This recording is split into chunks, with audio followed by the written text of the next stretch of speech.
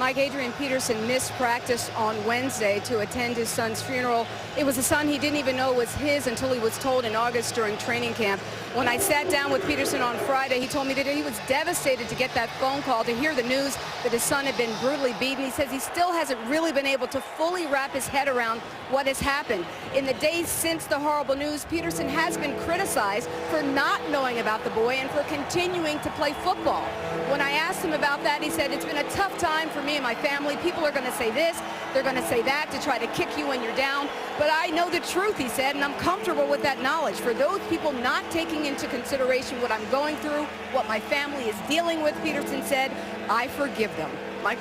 And Lisa, it has been a time of support for Peterson as he's gone through the trauma, the tragedy, and also the public scorn that has come over the last few days. Leslie Frazier, the coach of the Vikings, telling us last night that Adrian has been more involved in the football as this week has gone on. And there's no handbook for coaches or teammates to try to help one of their brothers in the locker room in one of these situations, but they have done the best they can. The Vikings won the toss, deferred the option to the second half. Jeff Locke, their punter, is kicking off again this week as Blair Walsh is injured, but will do the place kicking. Off we go from MetLife Stadium. A very short miss-hit kick returned by Jerome Jernigan for the Giants, and he is stopped at the 16-yard line. So Eli Manning will take over from there, and John showed you, as we got ready for the game, the issues around the 15 interceptions, the 23 turnovers as a team. One of the things is personnel, and John, tonight, Brandon Jacobs is out with a hamstring injury. His two running backs are Peyton Hillis and Michael Cox. Hillis, the veteran, who's been with multiple teams over the last few years. Cox, a rookie. Neither one has been in the backfield for any snap this season. Well, good luck with that tonight. It begins with Hillis in the backfield and Manning throwing to the fullback. John Connor goes nowhere. Jamarcus Sanford up from his safety spot to stop him. What are you looking for the Giants offense tonight, Coach? Obviously, Mike, they have to eliminate the turnovers. 23, that's a ridiculous number in 6 games for a Tom Coughlin coached football team. And they have to find balance. I don't care who the running back is. They have to find a way tonight to run it, and they must protect Eli Manning. The weakness of the Vikings is their secondary. They need to try to expose that with these great young receivers. 2nd and 10. First NFL carry for Michael Cox. Breaks through across the 20-yard line. So Cox, about 2 hours away from here, suburb of Hartford, Connecticut, Avon Old Farms Prep School. And then he went to Michigan. Didn't play much for the Wolverines. And then with 1 year of eligibility left, went to UMass. And that's where he played last year and gained 715 yards. So this 7th-round pick ends up playing for the Giants because of their litany of injuries at the running back spot that we'll detail later on. But now the Giants, after that gain by Cox, face 3rd and 5.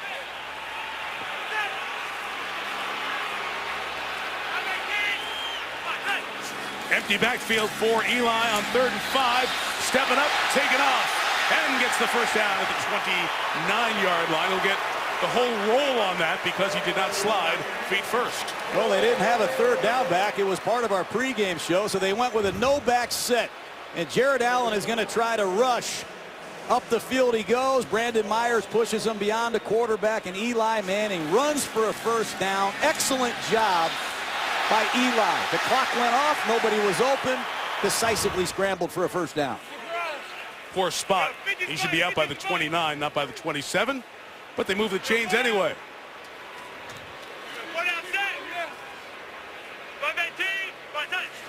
There Pasco, the tight end, in motion, and Cox runs it into the line. He goes nowhere, thrown back by Marvin Mitchell. He used to be with the Saints for Minnesota on defense. Well, the Vikings got to turn up their pass rush. Jared Allen, Brian Robeson, Kevin Williams, they're too good not to ruin the game tonight. And they've got to cover better in the secondary. A very young group. They've given up over 300 yards and already 13 scores in 5 games. And I expect to see some creative blitzes. The Giants don't have an accomplished 3rd down back, and I would challenge that if I were Leslie Frazier.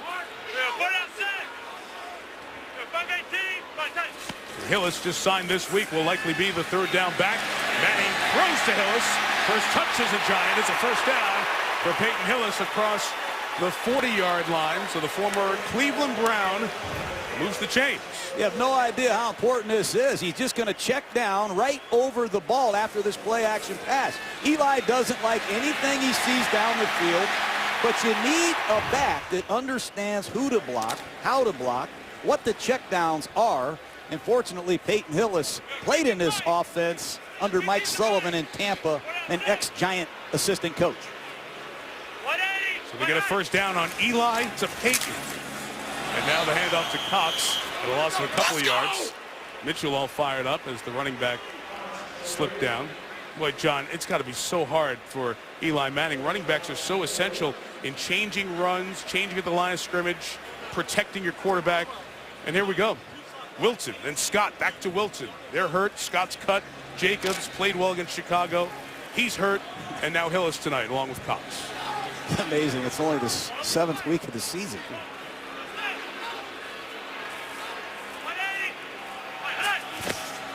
Second and 12. The fake to Hillis, and Manning throws complete to Victor Cruz. Fans let you know who it is, and it's a Giant first down into Viking territory. You know, if you're going to play this zone coverage, you have to get there with your pass rush, and Victor Cruz is just too good sitting down between zone defenders. He knows where the first down markers are, and Victor Cruz picks up a key first down. I like what New York has done. Early down runs, even though they haven't gashed Minnesota, they've been balanced. They protected Eli so far. Let's see if they can sustain a drive and break the ice. They have really struggled in the first quarter.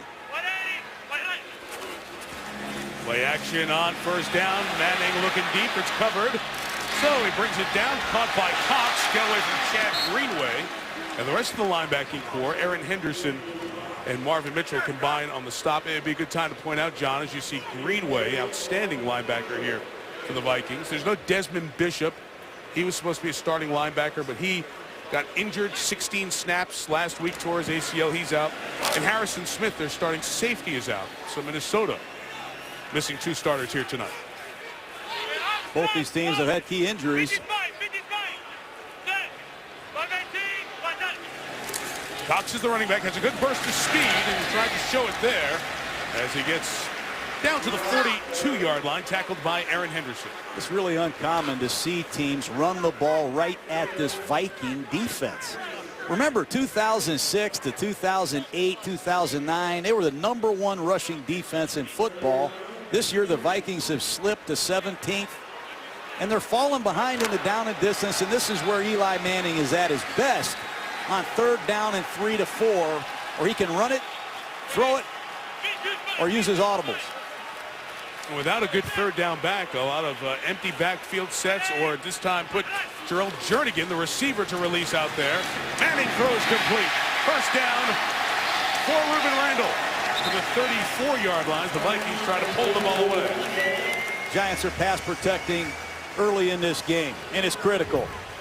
From left tackle, Will Beatty. Watch him block Jared Allen in a one-on-one situation, taking care of Eli's backside. Good throw. Nice north and south finish by Ruben Randall. His early start here for the Giants in this opening drive. 4 first downs.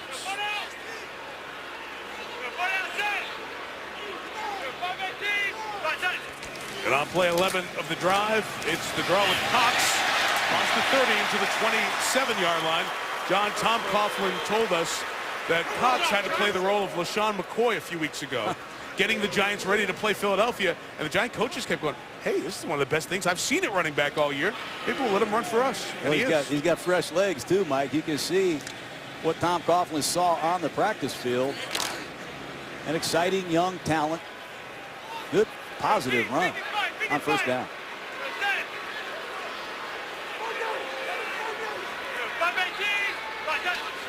Now Peyton Hillis the back. A little chip by Hillis. The throw by Eli is nearly intercepted by Andrew Sendejo.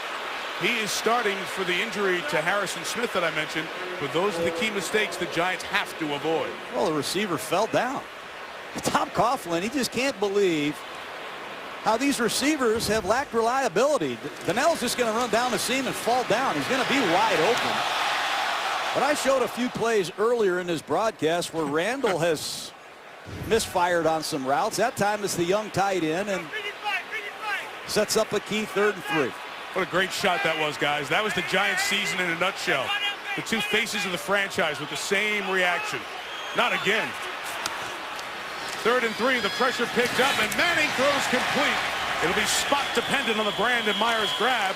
Looks like he'll have the Giants' 5th first down of this opening drive. Crossing route by the ex-Oakland Raider, Brandon Myers, well covered by Jamarcus Sanford, number 33, coming from right to left, but pinpoint accuracy by Eli Manning allows Myers to fall forward for a key first down.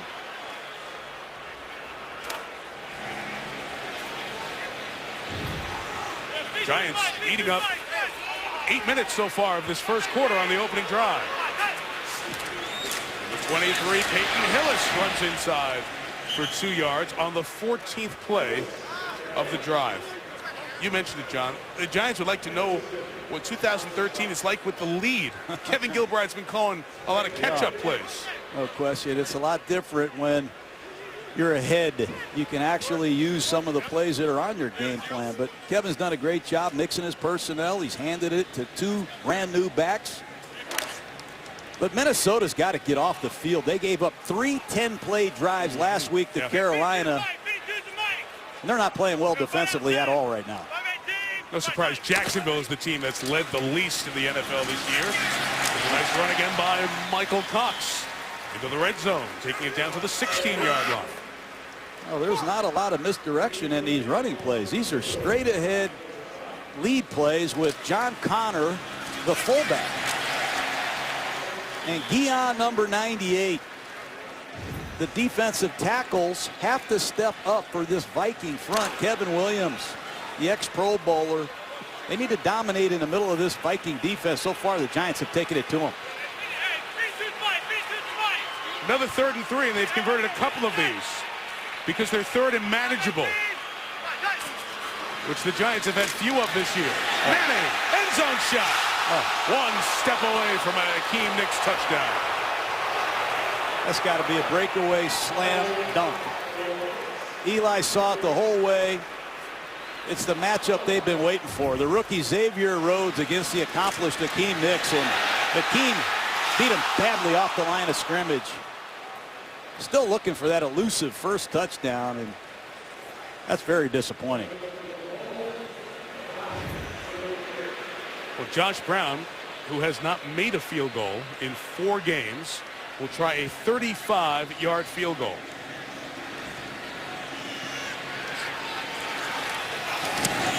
Able to knock it through, and that ends the Giants' longest opening drive in 20 years, since 1993. Over 9.5 minutes, 16 plays, and the frustration of almost, but not enough. Instead of 7, it's 3. But the lead. Peek down at Times Square, just across the river in New York, and our aerial coverage is brought to you by DirecTV. Giants take the 3-0 lead. They play their 3rd home game of the season here at MetLife Stadium. Let's see. One of the 3 first-round picks for the Vikings this year, Cordero Patterson, who has 2 take-backs and touchdown in the league this year. Patterson will not get a chance to return this Josh Brown kickoff, and the Viking debut of Josh Freeman. When we come back, cut by the Bucks. Is he the answer for the Vikes? You wonder what's going on under the helmet of Josh Freeman, 25 years old, 17th overall pick in the 2009 draft. He started 3 games, lost them all, obviously, with the winless Buccaneers earlier this year. His 14th day as a Viking, he's their starting quarterback. He gives to Adrian Peterson for a gain of 3 to the 23-yard line. Well, we talked about Peterson in the off the field. On the field for Adrian, he is trying to battle through a hamstring injury that it's about 90-95%. It happened 4 weeks ago. There's a little bit of tightness, but a lot of stretching and extra work to get that leg ready, and he feels like the right hamstring should be good to go here tonight.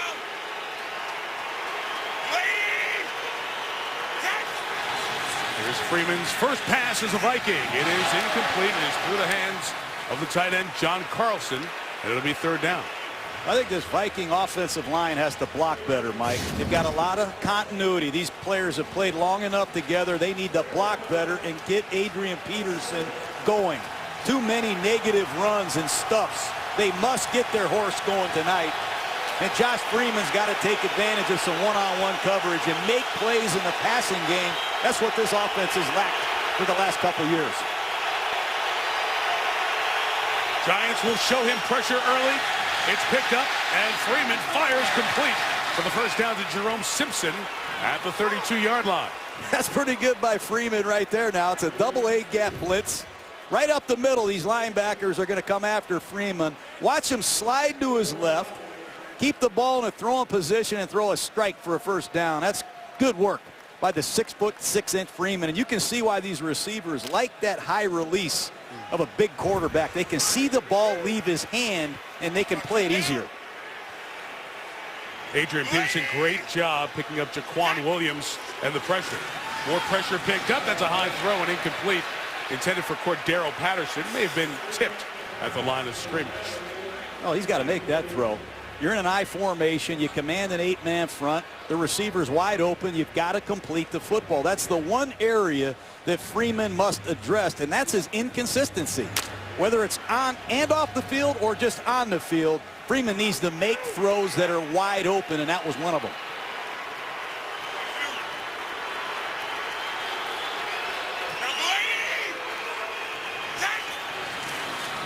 Second and 10, Peterson.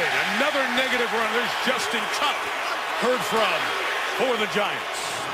That's what this Giant defense must do. They have to stop the run.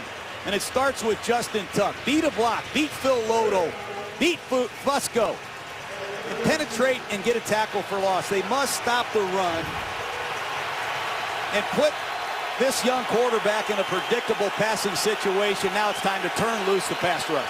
So Michael Strahan there approving. Yeah, they brought Strahan in, and they're going to play Strahan in the third quarter if they don't start getting some sacks.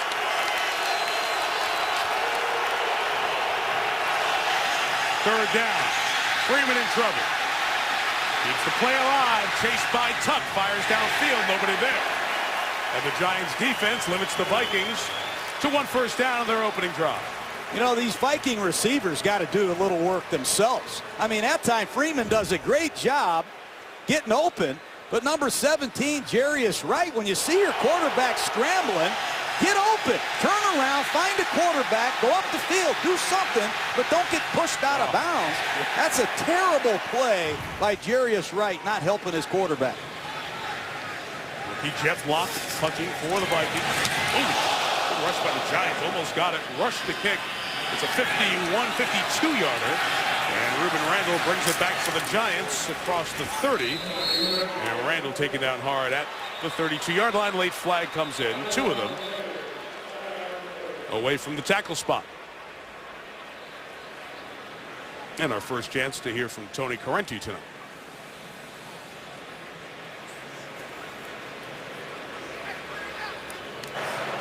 At the conclusion of the play, personal foul, unnecessary roughness, late hit, number 98 on the receiving team. 15-yard penalty, first down. Demontre Moore, rookie. I would avoid Tom Coughlin on your way back to the sideline. Two very important people in the National Football League passed away within about 50 hours. Bum Phillips, the former coach of the Houston Oilers and New Orleans Saints, and Bud Adams, who was so much a part of the AFL when it got started, one of those original owners, and establishing that Oilers and then Tennessee Titans franchise, passed away of natural causes at age 90 this morning at his home. And our condolences to all the Houston football fans and the families of both Bum Phillips and Bud Adams. First down toss, John Connor with the catch for the Giants. It's a gain of about 10, and at least for the Giants offense, for the moment, without a man who they've been missing often this season. That's right, Mike. Center David Voss. He is back on the sideline, but not in the game. He missed 3 games already this season with a neck injury. Just a few minutes ago, he was back in the locker room. I'm told he was being treated for a knee injury, and his return is questionable, so definitely something to keep an eye on. Eli Manning taking snaps from a new center. Mike. Jim Cordell, who has been in there a lot, started the last 3 games, but Voss was hurt on the last play of that long Giants drive. It's their second drive of the night, and after the first down, it's Hillis running to the right. Aaron Henderson, the 60-year man out of Maryland, now in the middle linebacker spot. John makes the play. I like Aaron Henderson. It's that inside lead play where the fullback blocks the weak backer. But watch Aaron Henderson, the middle linebacker, leading tackler of the Vikings, scrape over the top and stuff Peyton Hillis. Aaron Henderson learned from his brother how to play that position, and he's doing an excellent job. 2 sacks, 2 interceptions, very productive middle linebacker, every down middle linebacker of the Vikings. EJ was a starter in that position for the Vikings. Now it's his brother Aaron, and there's Hillis getting past Henderson, getting to the edge and taking the hard hit from Xavier Rhodes, the first-round rookie out of Florida State. So where's Peyton Hillis been, you might ask, after a minimal impact in Kansas City last year? He was with the Buccaneers and was cut out of camp for Tampa, and desperate times as the Giants searching this week, and they signed Hillis on Wednesday after working him out. We got Jacobs after week 1, and Jacobs had over 100 yards for Chicago. And they're using a no-back set on third down, probably because Hillis doesn't understand all the nickel protections. Let's keep an eye on that as the game unfolds. This is 3rd and 6, so the Vikings bring extra, and it's a little shovel pass to Bear Pasco, who's spilled by Jamarcus Sanford, the safety, and the Giants will be forced to punt. Great adjustment by Minnesota. They're saying, hey, if you're going to go with a no-back set, we're going to automatic to a blitz every time and force you to get rid of the football before you want to. That time, Eli did a great job avoiding the sack. But they're off the field 3 and out. Brandon Jacobs doing a lot of advising there with Pasco, the 7th different Giant receiver to catch a pass here in the early going. Weatherford just gets it away. Joe Webb of the Vikings trying to block it. From his 14, a return from Marcus Sherrills. A flag is down, and Sherrills comes at the punter Weatherford, picking up his block, and Sherrills taking it all the way back for the touchdown. Wow, let's see what the flag is, Mike, but that's the 3rd time the Giants have been ripped with a long punt return already this year. I also have a flag on the back end of that play at the tackle spot by Weatherford. There was a horse collar.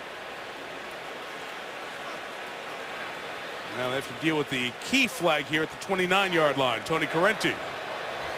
Holding kicking team number 57. This penalty is declined. Near the conclusion of the play, personal foul, horse collar tackle, number 5 of the. Excuse me, number 5 of the kicking team. This penalty will be enforced on the kickoff. The touchdown is good. So Marcus Sherrills, who returned one at Detroit for 77 yards last year with an 86-yard punt return. Well, it's good blocking, and you can see that the New York Giants are poor in punt coverage. Remember, Dexter McClester of the Chiefs took one back 90 yards. Trindon Holloway of the Broncos took one back 88 yards. And now Sherrills takes it back 3 times in 7 games, and it's clearly a horse tackle on Weatherford. Okay, grab inside there, and it does bring you down, you usually call it. It didn't bring him to the ground, but still determined to be a horse collar on the punter. It's tacked on to the kickoff after the Blair Walsh extra point. So Marcus Sherrills, the defensive back for the Vikings, the former Gopher, brings the Viking fans back in the Twin Cities to their feet. 7-3 Minnesota. John mentioned that's the 3rd punt return against the Giants for touchdown. Within a season, the NFL record is 4 against one team. It's happened multiple times, but man, it's 3 in 6 games and a quarter for the Giants. Uncommon with an experienced punter like Weatherford, who's one of the better directional punters in the game. So Blair Walsh comes in to kick it from midfield, and he pooches it, trying to pin the Giants inside the 20. And Darrell Jernigan brings it back to the 22-yard line. So you could easily kick it out of the end zone and get him at the 20. The Vikings choose to overthink it. I love what Josh Robinson, starting cornerback of the Vikings, does to Matthias Kiwanuka to spring Sherrills on the long kick return. That's how you play special teams. Back at MetLife Stadium, site of the Super Bowl this year. Will it be the site of the Giants' first win this year.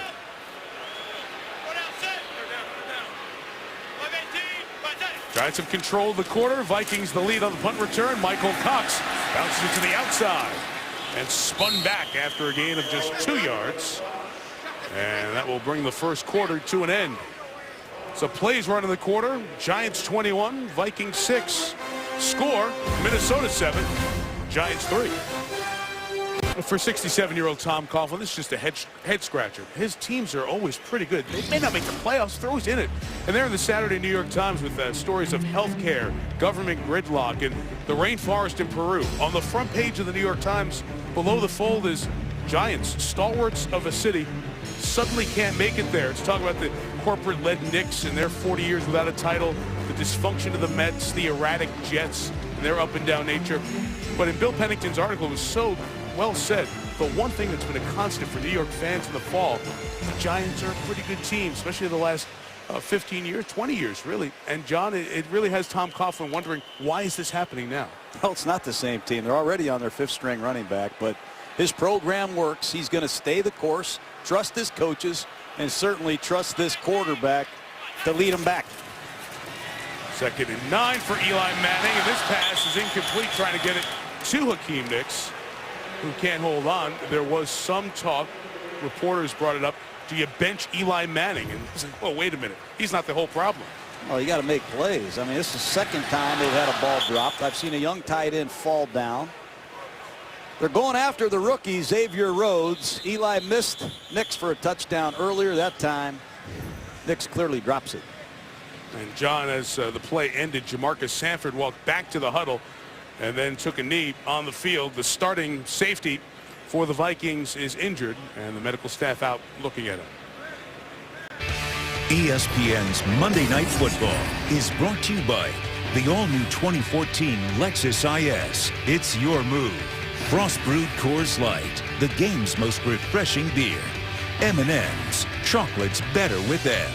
And 2014 NFL Pro Bowl balloting.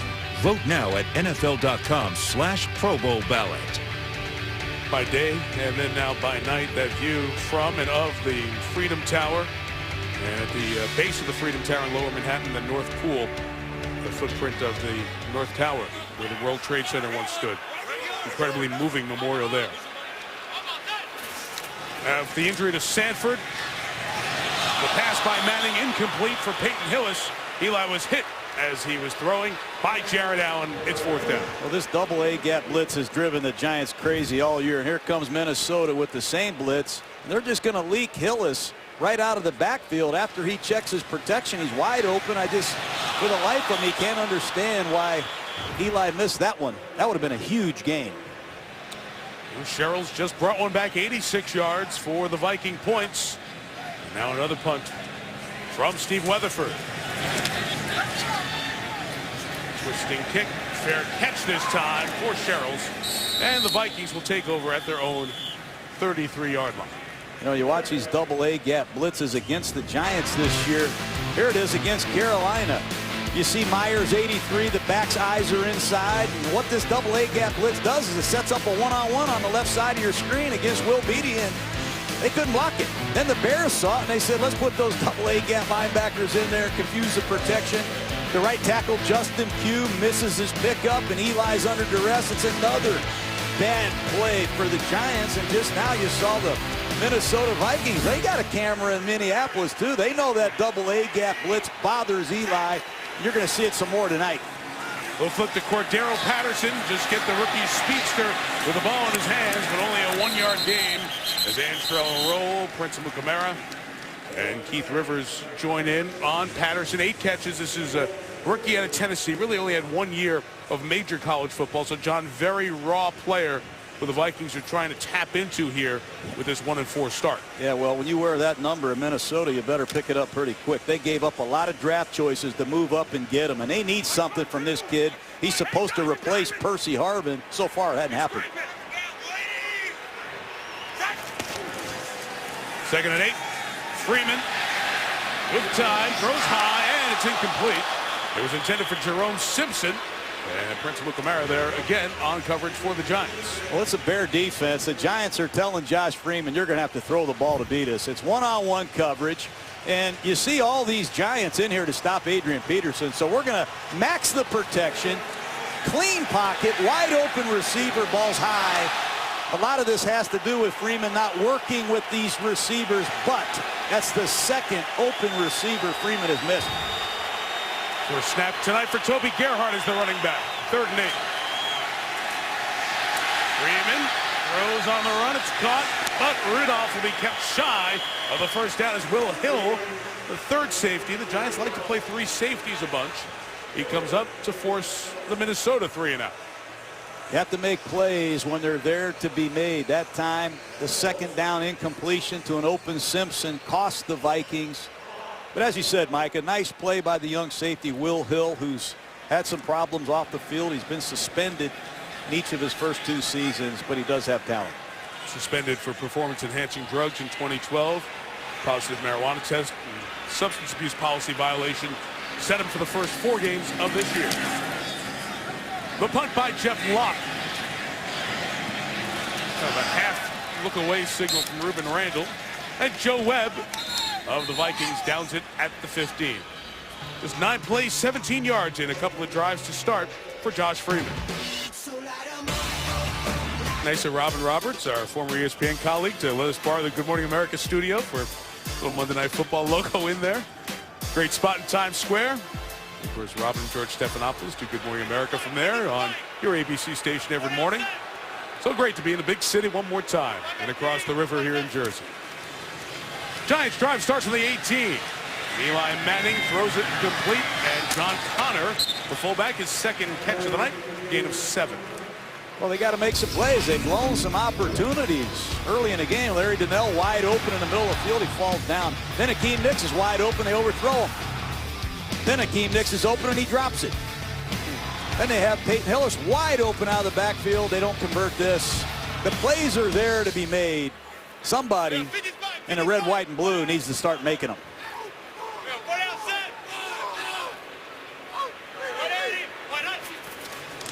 2nd and 3. The slant is rejected, and Manning does a good job of batting it down before Fred Evans can come up and catch it. He's the one who got the hand on it, I believe. Well, the Vikings do this as well as any team in pro football. They bat passes down. This is the 10th one of the season. You see Sharif Floyd. You see Evans. Read the quick drop by Eli Manning. That's what you have to do as a defensive lineman. You know you're not going to get there on these 1- and 3-step drops. Get your hands up. Use your wingspan to reject it. Nice work by the front of the Minnesota Vikings. Jim Cordell remains at center. David Boss was hurt on the final play of that opening 17 play drive that led to a field goal. 3rd and 3, and Manning completes a Cruz. The reliable parts of the Giants offense at the 37. First down. Excuse me, Mike. He can really work in the slot. They give him a 2-way go. He can break inside, outside, and you see the body mechanics that Cruz has. He's so friendly to the quarterback. Little stick move to the outside. And when you're a slot receiver, you have to catch the ball and put it away because you know you're going to get hit. Jamarcus Sanford was hurt on that last drive. He's back in the game now for Minnesota. It's safety, 33. Standing right on the 50-yard line, top of the screen.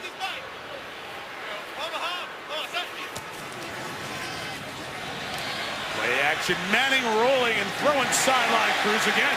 Gain of 11 for Victor Cruz, who got paid after playing for the minimum the first 3 years.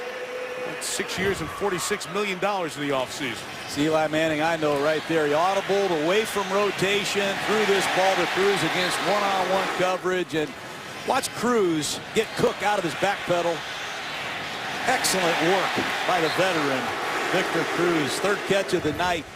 And if they can get one-on-one coverage, I really think these Giants can go to work against these young Viking corners. The count first down. Michael Cox to the right. Only a gain of a yard. For Cox as mistrailed Raymond, the safety, came in for Minnesota. It's a Viking defense, John. You still have Jared Allen there. Long time, excellent sack man. Maybe not the numbers that he's put up in the past. Good in the linebacking core, as you mentioned, Aaron Henderson and Chad Greenway before, but in the back end, there's no more Antoine Winfield, and the secondary play has been poor throughout the first part of this season.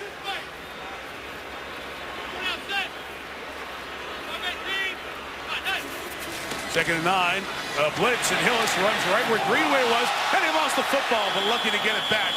It was knocked out by Jamarcus Sanford, but Hillis, who hasn't been hit much, John, didn't hold on there. Well, he didn't show very many moves there either, Mike. This is all the way to the safety. It's going to be a one-on-one open field tackle by number 33, Sanford. It's well blocked. You're one-on-one in space. Sanford does an excellent job putting his hat right on the football, but Hillis is a north-south, no-nonsense runner, not a lot of creativity. That was one of his issues, even with that one good season he had in Cleveland. Fumbling problems in Denver and Kansas City. 3rd and 5, Manning retreats, taking a shot for Nix, who is held, and the marker is thrown. That's easy call. He grabbed Nix. They're going to get Rhodes, the rookie. Even I can't complain about this one.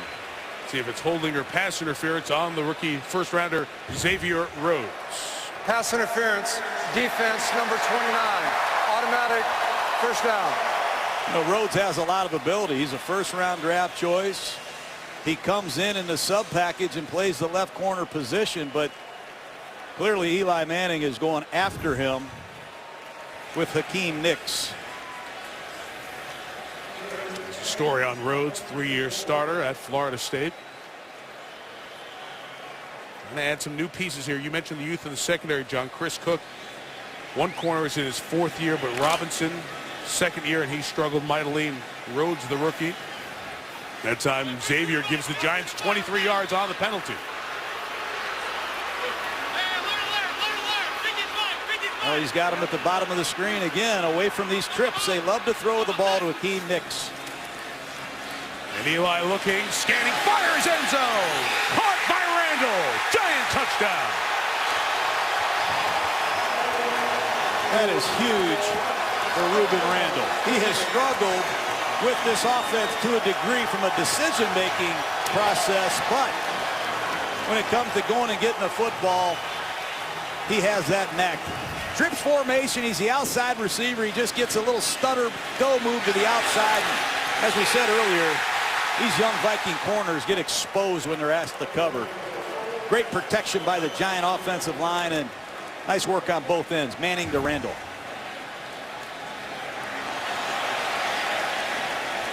Josh Brown, extra point. Ruben Randall taken late in the 2nd round of the 2012 draft, at 3 touchdowns last year.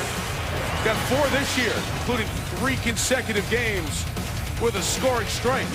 10-7, Big Blue on top. Giants on top, 10-7, looking for their first win of the year. And it's been some positives, 2 good drives. That opening drive of over 9.5 minutes, the longest drive by time in the entire league this year. Gave him a field goal and a touchdown on that last drive. Oh, Josh Freeman, 17th overall selection in the draft, going to take over here at his own 20-yard line. That 2nd year, 10 wins. They didn't make the playoffs that year. They, like the Giants, 10-win non-playoff teams. But it went downhill last year in 2011, and then again last year. Greg Schiano's first season in Tampa. And so many different things. Not showing up for a picture, not being voted a captain of the team. A lot of issues. An interview that he gave after his bench that was not authorized by the team led to his October 3rd release. And after looking at a couple of teams, ended up signing with the Vikings. Adrian Peterson. One of the reasons he signed with Minnesota, because they have such a good team. Stopped by Antrell Roll. And no gain there. John, there's a lot on Freeman's plate in terms of learning the offense. How limited is the offensive coordinator, Bill Musgrave, tonight? That's really limited. I don't think it's fair to Bill Musgrave. I don't think it's fair to the head coach, Leslie Frazier, and it's certainly not fair to Josh Freeman. He's been here for 2 weeks. There's no way he knows where all these receivers are supposed to be. This is not Major League Baseball where you trade a third baseman and you just put him in the lineup and bat him 5th. Bill Musgrave had to meet with Josh Freeman and find out what plays does Freeman like. Here's the plays that we run. And let's put plays in that we both think will work against the New York Giants on Monday Night Football. Give me a break. It's been a struggle so far. No sustained offense. 3rd and 10.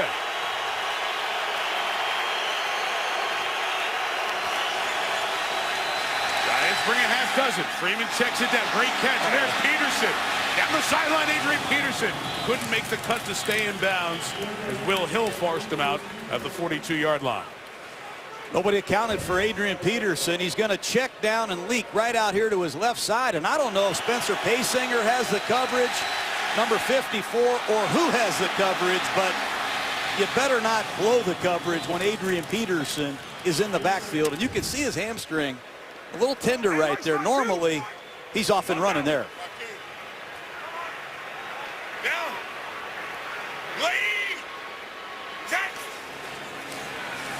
First down throw for Freeman. There it is to Rudolph in the middle of the field. And Kyle Rudolph from Notre Dame. Gains of 22 and 21 on back-to-back play. Oh, it's all go. It's a pattern Josh Freeman loves. 4 verticals. They're doing it from these tight end sets. Watch Rudolph come right down the seam. You see Red Ellison at the bottom of the screen clear out the corner, and Josh does a nice job stopping Rudolph so he can protect himself with the throw. Excellent work by Freeman.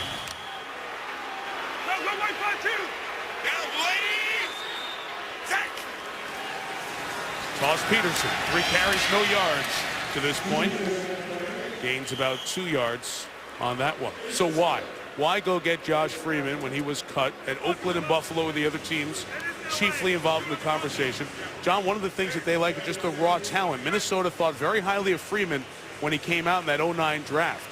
Well, everything doesn't have to be perfect, and it's no discredit to either one of those guys. Those 2 quarterbacks have won games, but they see something in Josh Freeman's physical ability. 6'6", he's mobile, and he does have a very strong arm. 2nd and 7, Peterson not finding any space. Giants again doing a good job on Peterson, as they have done in the past. Beeson and Linval Joseph in on the tackle. You show those 2 guys on the sideline there, John. It's Christian Ponder and Matt Castle. Joe Webb, a wide receiver, now started the wild card game last year after Ponder was injured. Christian started the first 3 games, injured a rib. So Castle, who they acquired as a backup for this year, started week 4, and then after their bye, week 6. But once they got Freeman, he's ready to go. Double A gap blitz again, and Freeman sprints out away from it. There's nobody there. Incomplete with the pressure put on by Paysinger, one of those blitzers. Defensive coordinator Perry Fuel is getting after Josh Freeman in obvious passing situations. Corner blitz, double A gap look, limiting the protections that the Vikings can use, so they run a 2-man route. That's tough sledding for any quarterback. Nice defense by the New York Giants. It sets up Walsh for a long-range field goal. He's made plenty of these, John. All 12 career field goal attempts from over 50 yards. This will be 53 from Blair Walsh. Short. So Walsh, who comes in with a hamstring injury in his non-kicking leg, his plant leg, his first miss from over 50 yards, and the Giants take over. One last unbeaten in the NFL. It's 7-0 Kansas City. The next best records are 6-1. Denver and Seattle. And we'll see the Seahawks in St. Louis to take on the Rams next Monday night. Monday Night Countdown, 6:30 Eastern, 8:25. We'll join you. Of course, Sam Bradford injured for the Rams, tore his ACL yesterday. And the loss to Carolina, out for the rest of the season. Missed field goal, so the Giants take over at the spot of the kick. And Eli Manning with good field position on the slant, off the hands of Nix. And incomplete. I don't know what's wrong with Akeem Nix. That's the #1 pass in the Giant offense in terms of the 3-step drop.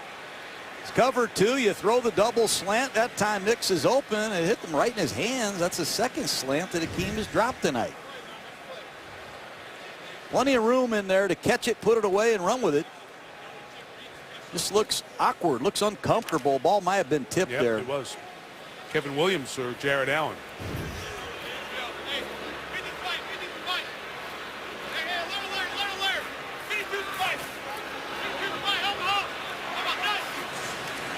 Second and 10. It's a run with Hillis up the middle, and he's stopped for no gain. It is the veteran Kevin Williams, 11th year in the league. He's the oldest of the Vikings at age 32. One of the ways you slow a pass rush down is you run a draw play. And Kevin Williams just saw this play about 5 minutes ago, and this time he retraces and wraps Peyton Hillis up. Excellent work by the Pro Bowl Kevin Williams. See that at the bottom right of your little bar there, 3rd and 10? Yes. Giant fans have seen that a lot. Half of the Giant third downs this year coming into tonight have been 3rd and 10 or more.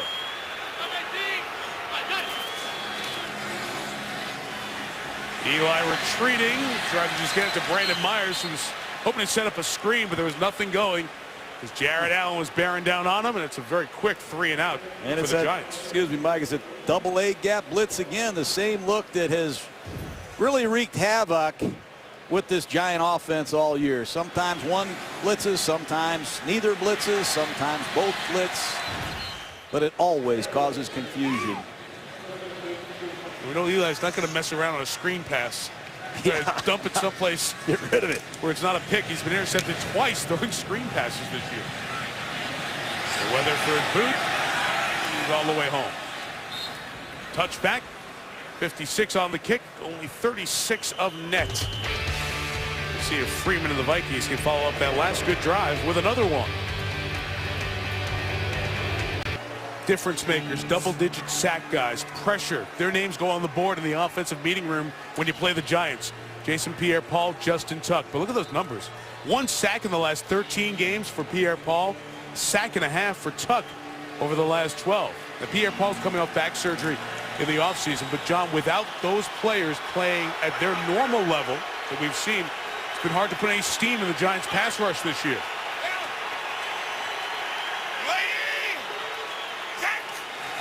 Shocking to see the Giants bottom of the league in sacks.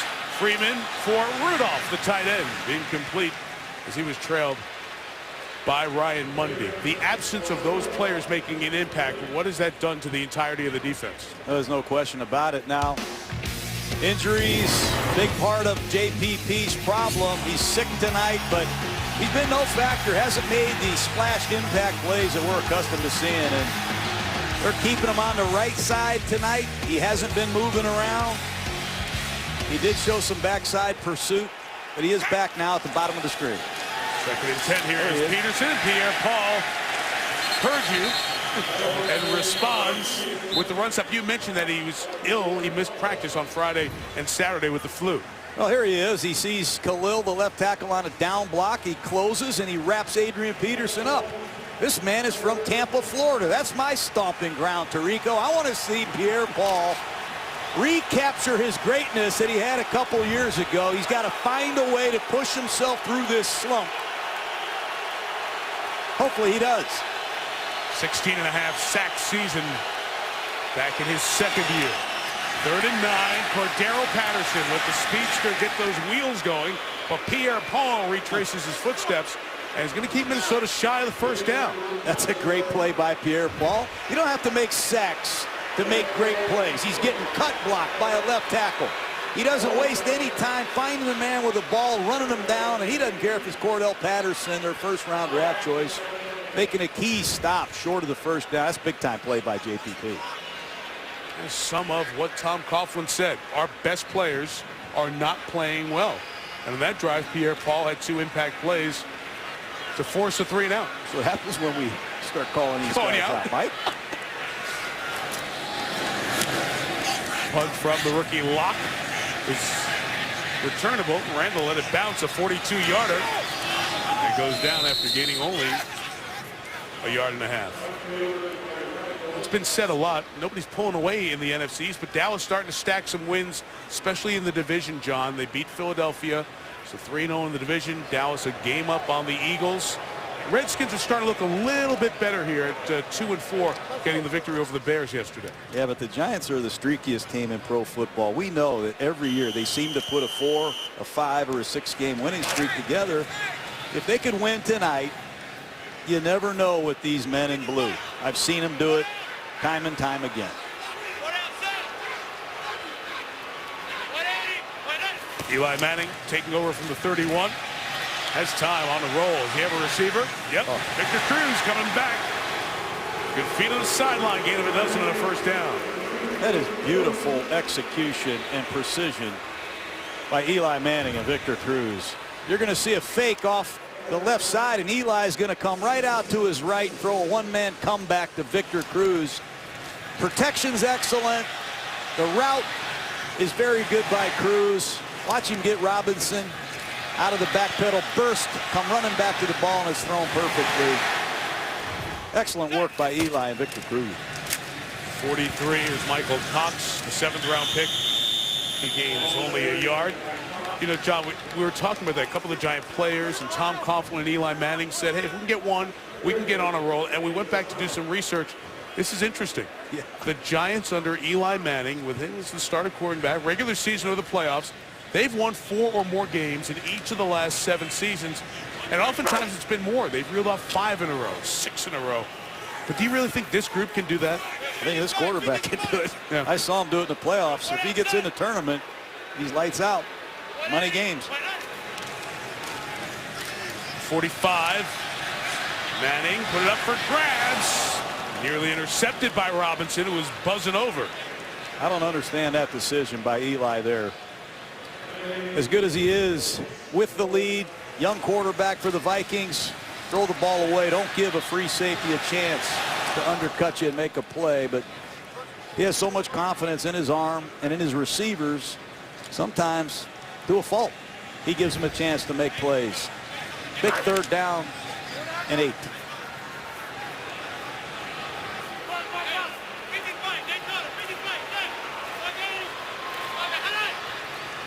Oh, Eli saw a little blitz will be coming. Not much time to adjust the play. They back out of the blitz. Manning is flushed. Here's Hillis. Gain of 2. 4th down.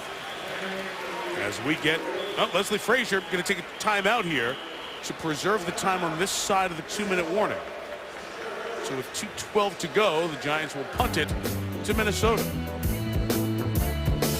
Mike Tirico, John Gruden, Lisa Salters, our Monday night team with you at MetLife Stadium. Vikings and the Giants. Last time these teams played, they played in Detroit. It's when the Metrodome roof collapsed and the weight of the snow. That's going to count as an inside the 20 punt by Weatherford.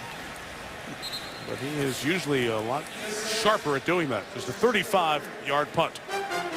We hit the 2-minute warning, and the Vikings will try to go down a tie or take the lead at the break.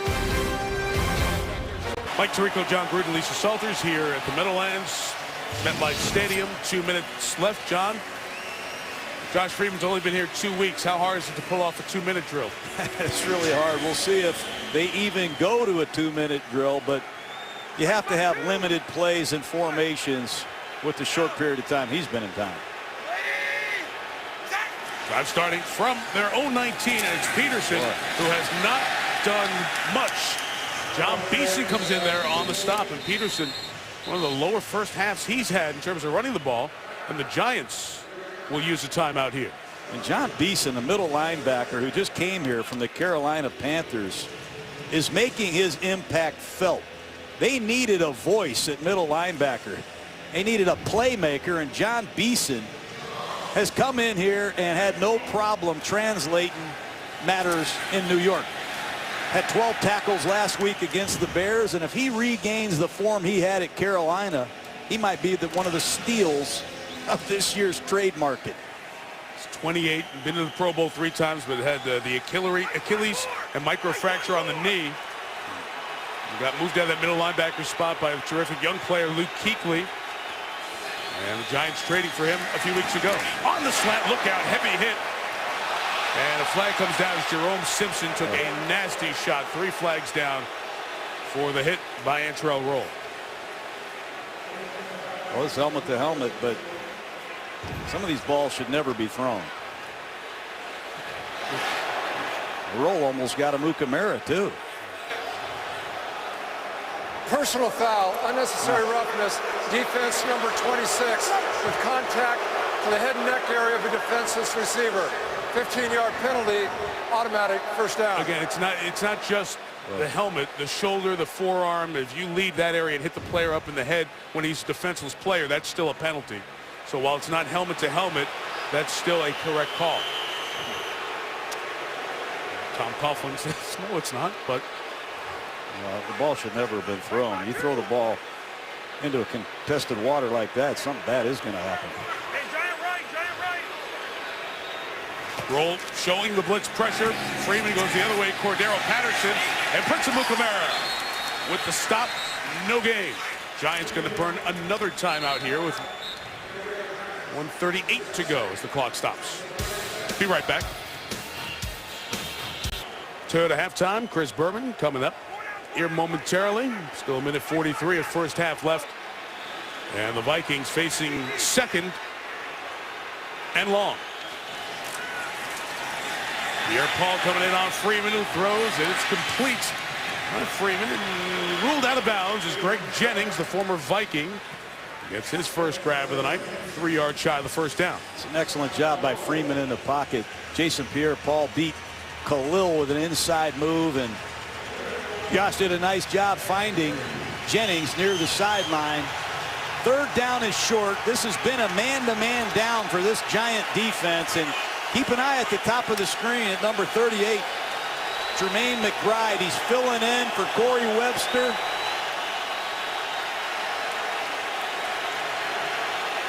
Webster's been out with a groin injury. He's active tonight, but not playing in this position as the pass is caught. Nope, Jennings did not get him down. Roll pushing him out of bounds.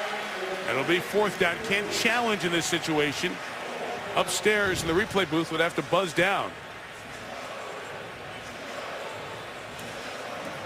Wow, I think he got him in, Mike. Great sideline footwork by Greg Jennings. Ball's thrown behind him.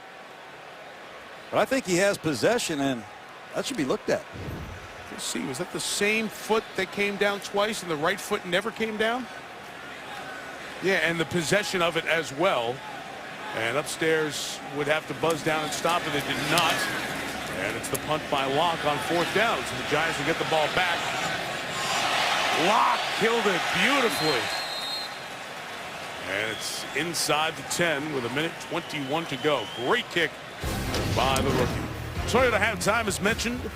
Chris Berman have the Sunday soundtracks on field listed as Matty Ice and the Falcons try to get going without his two top wide receivers. We've got the Sunday Gruden Grinders. We may even have a coach make the Sunday Gruden Grinder. There's a lot of grinders in the NFL. You're in for a treat at halftime. Don't go anywhere now. They won't go anywhere. And come on, man, the favorite from week 7 will come up on the Toyota halftime. Adrian Peterson limited to just 4 yards as Josh Freeman tries to break in here. Let's see what the Giants do now with one timeout at a minute 21.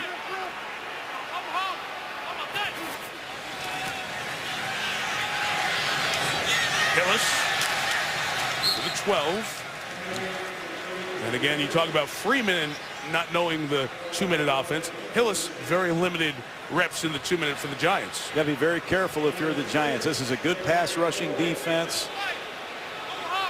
And there have been a lot of turnovers this year. Eli, look at Jared Allen. That's straight. He had him by one hand around the back of the tackle. Jared Allen, he chased Cam Newton around last week. He said, let's play an NFL team this week that drops back and throws it, but he bull rushes Will Beatty. And how about that effort with a right hand? That's I've an never awesome seen sack. that. That's a great sack. Only Jared Allen could pull that off. That's incredible. Jared Allen, his 100th consecutive start tonight. What a pro football player he is. He's always got his cowboy hat on. That was a rodeo type move. I'm just going to grab him and hold on and not let him go. Will Beatty's like, hey, I'm between the quarterback and my man.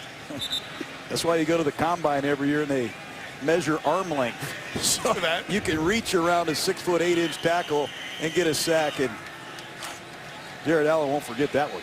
Saw on the bottom of the screen that was flashing the Vikings taking the timeout with 50 seconds left. Try to force the Giants to punt because punt coverage has been a major issue for the Giants this year.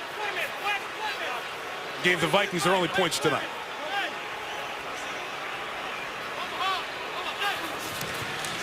the little toss. Hillis taken down well shy of the first down, and Minnesota will use its final timeout with 44 seconds left. Good move by head coach Leslie Frazier. Remember, the Vikings' only score tonight came on a long punt return by Jamarcus Sanford. And Weatherford has had a hard time punting the ball tonight.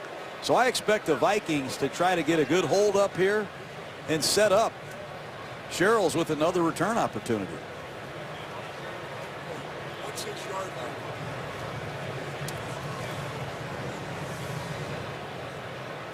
Steve Weatherford's kicks have not been the best in the 8-year career of the former Illinois player, struggling throughout this season.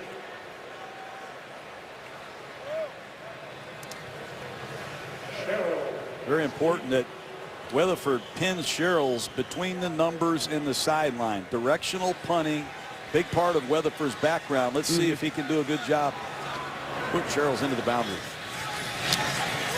Vikings set up the return. Sherrills going to have to drift. Good hang time here. Very good kick. And a very tough catch. Reeled in by Sherrills at the 30 with 35 seconds left. 56 on the boot for Weatherford. John, what have you seen here? The 5 drives for Josh Freeman, his first start as the Vikings quarterback. Just very generic football. I can't imagine Minnesota playing like this for very long. They're in a position to win this game. Chicago lost. The quarterback Cutler suffered an injury. Detroit lost. The Vikings aren't out of things, but they're going to need to do more offensively than they've been able to do tonight with Freeman, who doesn't know this offense. 35 seconds remaining on first down. Freeman incomplete, trying to get into that spot between the corner and the safety and use the speed of Jarius Wright. Well, they've thrown 2 quick screens to Cordero Patterson, their rookie wideout. That time they faked the quick screen and they try to get Jarius Wright up the seam.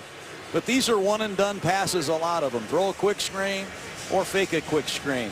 Not a lot of progressive reads.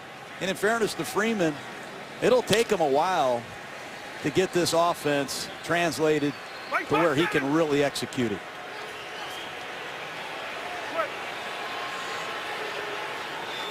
Second and 10, and they'll run Peterson inside, get Peterson some yards here to the 35. And Minnesota out of timeouts. The Giants not using theirs, and Bill Musgrave will take his mini play sheet, which is so small, by the way, so he can use hand signals. Says he reduces it down to 43%, so you can use hand signals to signal in plays in the 2-minute. That's frustrating for Bill, and he's got a lot of good plays. He's got a great offensive background. He's just dealing with the 4th quarterback that he's coached in 7 games. Minnesota gets the ball to start the 3rd. Giants are 0-6. Minnesota's 1-4, and they look it. Giants by 3. Here's Chris.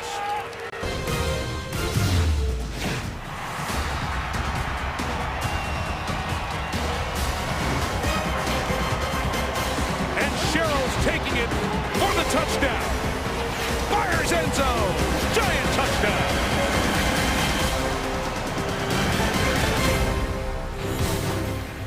Minnesota ball to start the 3rd quarter.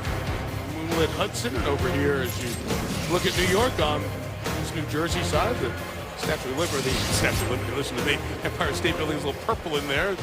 Purple hasn't looked very good so far. 10-7 Giants. Mike Tirico, John Gruden. We'll hear from Lisa Salters in a little bit. It's a frustrating Viking offense to watch in the first half with the new quarterback. Yeah, I really don't think it's fair to the Vikings to put Josh Freeman in this situation. If I'm Leslie Frazier, I'm going to put Christian Ponder in. Really? Continue to teach Freeman the offense, but I'm going to try to win this game and get back in the race. But Freeman can throw it. We know he has size and athleticism, but they can't shift. It doesn't look like they can audible, and they don't have enough inventory of offense. Remember, the Giants are a defense that has struggled unlike any other defense in Giant history. Right. They need to try to get to some things and expose that. So you would, even though Ponder has been benched and Freeman's your guy for the future and you want to see what you have, you just think you can't access enough offense right now? You go back to Ponder? Yeah, because pretty soon some of these Viking players are going to walk up and say, hey, coach, let's try to win this game. And I think to do that, you're going to need a little bit more arsenal than Freeman's ready for right now. Interesting. Josh Brown, the kick. Cordero Patterson can't get his hands on it. Let's see what we saw in the first half from Josh Freeman. Well, a lot of isolation passes. He hit a couple, but he clearly missed a couple. Here's just a simple hitch on an early down. Ball's overthrown. And then he steps up in the pocket, has an open receiver. Ball's thrown behind Simpson. Then he has Jarius right down the seam. Ball's just inaccurate. Only been here a couple days, and it's not like the Vikings can go out there and practice with double days or have 4-hour practices. It's going to take some time. And unfortunately, this is not a preseason game. And to your point, the essence of 3 seasons plus 49 games since they've had first half that poor in terms of yardage. Toss to Peterson. To Patterson is incomplete. And it'll be second down. Poor first half for Freeman and John Adrian Peterson. The Giants know Freeman doesn't know much offense, so he's going to load up and try to stop Peterson, and so far they have. I mean, this is not Perry Fuel's first rodeo. This is Tom Coughlin. These are men that have won a world championship, and they're going to make Josh Freeman do some things that they don't think he's ready to do. False start, right tackle. Cost them 5. It's Phil Lodeholt. Moved a bit early. Here's Tony. False start, offense, number 71. 5-yard penalty remains, second down. Here's Lisa. Hey, Mike, well, I was asking Leslie Frazier how he thinks his quarterback is doing so far, and he said he's a little bit off, but he's going to get into a rhythm as things get going. I asked him, how do you get Adrian Peterson going? He said they're really doing a good job defending the run. We got to find a way to open up some holes. In talking to Tom Coughlin, he said, hey, we had a nice long drive to start the game. We were running the ball. I said it before. I'm going to say it again. We got to get the run game going again. Mike? We emphasized that when we spoke with him, Lisa. Catch is made by Jarius Wright. And Terrell rolled the tackle a couple of yards shy of the first down as they get the penalty yardage and a lot more.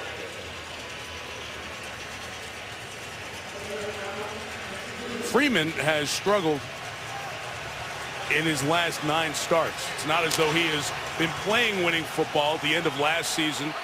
And then in Tampa, so much was made of Freeman, the new coach, second year now, Greg Schiano, not getting along. On the field was a struggle. Now he'll sprint it and throw it, and it should have been intercepted. Antrell Roll had to go through his hands. It is a 3-and-out for Minnesota. Well, it's the 3rd time they've run that play. It's an old-fashioned West Coast play called sprint left option, and Antrell Roll just undercut it that time. But when you run the same play 3 times against a player like Antrell Roll, you're going to have a hard time fooling them. Injured Viking Rhett Ellison, he was starting to walk off the field, realized it was 4th down. He's a key part of the Vikings punt protection, but felt that injury and could not go. So athletic training staff out to look at Ellison, second year out of USC.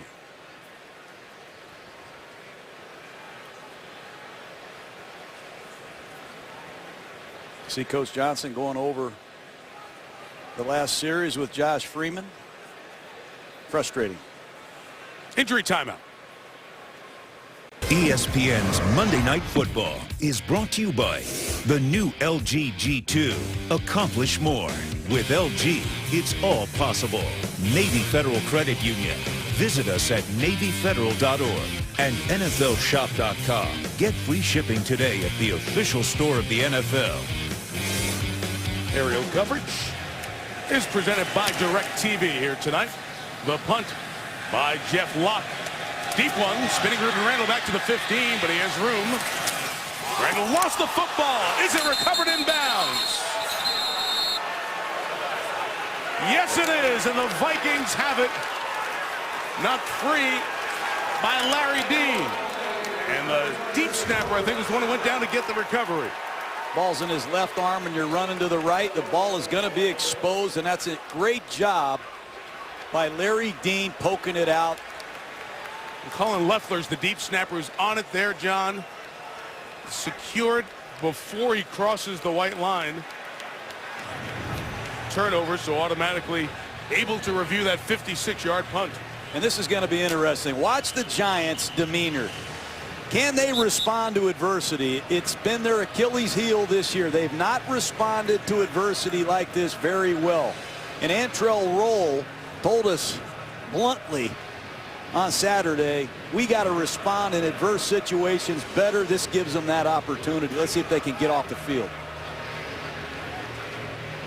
As they wait for the confirmation from upstairs, John, on that review. And Cullen Loeffler, the man who did recover that one, to give them this opportunity. 145th game as the long snapper, more than any other Viking long snapper. Previous play with the ruling of fumble recovery by Minnesota will go under review. And we don't know if he's made his first ever fumble recovery. You have to look at it a little bit closer. And Tony Correnti will come over to see. Secure with possession before sliding out of bounds. Yes or no? Ruled on the field, a recovery for Minnesota. Is it Vikings ball? Tony Correnti has had a look under the hood. After reviewing the play, the ruling on the field stands as a recovery for Minnesota. First down.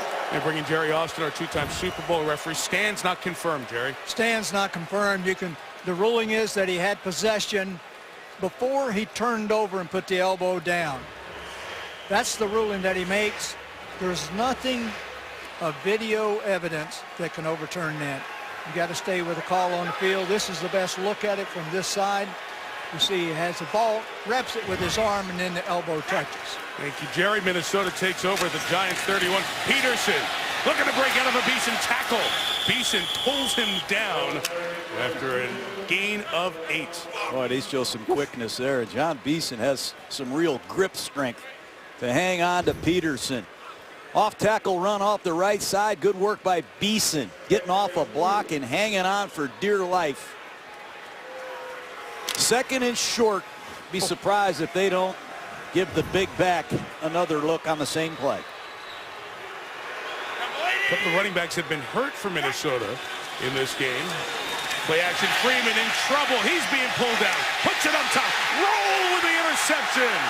Big interception for the Giants, and Antrell Roll cuts it back at the 30 and goes down there. Crucial mistake as Sean Rogers' pressure forced Freeman into the throw.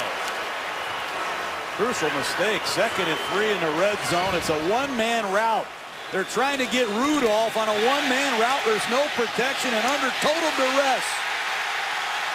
You throw the ball late down the middle of the field against Antrell Roll, the team captain of the New York Giants. I think you have to make a quarterback change. Freeman is just not ready to compete at a high level, in my opinion, this quickly. Great pressure by the 13-year veteran Sean Rogers. Rudolph had no chance getting away. Spencer Pasinger was hanging on for more than the 5 yards as he was trying to break free. But the Giants get a turnover, and Manning right away, first down. The pass is incomplete. Bear Pasco. I appreciate, Mike, all the things Freeman has been through. Coming here in a trade, all the adversity in Tampa, the desire, the work ethic to come in here and try and learn this stuff. But this is very sophisticated, complex football, and I just don't know how much longer they can stay with Freeman, in all fairness to the rest of these Vikings. You see Christian Ponder, he's the other quarterback tonight. Matt Castle is the inactive quarterback this evening.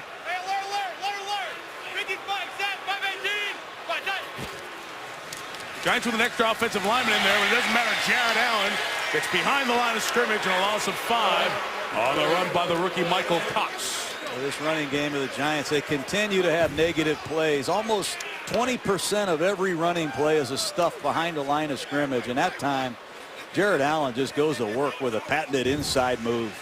And again, Mike, as you said earlier, 3rd down and maximum yardage. It's the 38th time already the Giants have faced 3rd down and 10 or more. Good luck.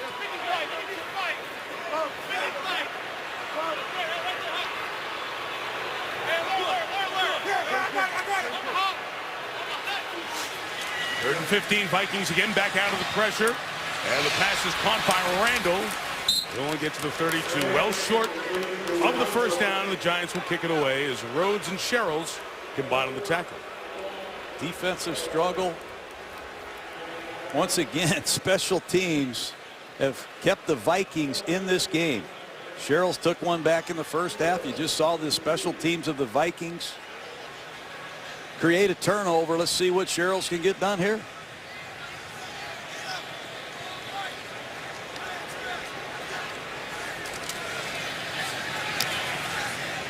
by Weatherford. Is a deep one, 55 yards, but room to return for the 13th. Gerald slips and brought down the 26-yard line. Spencer Pasinger leads the tackling party. Minnesota's averaging 3.5 yards a play.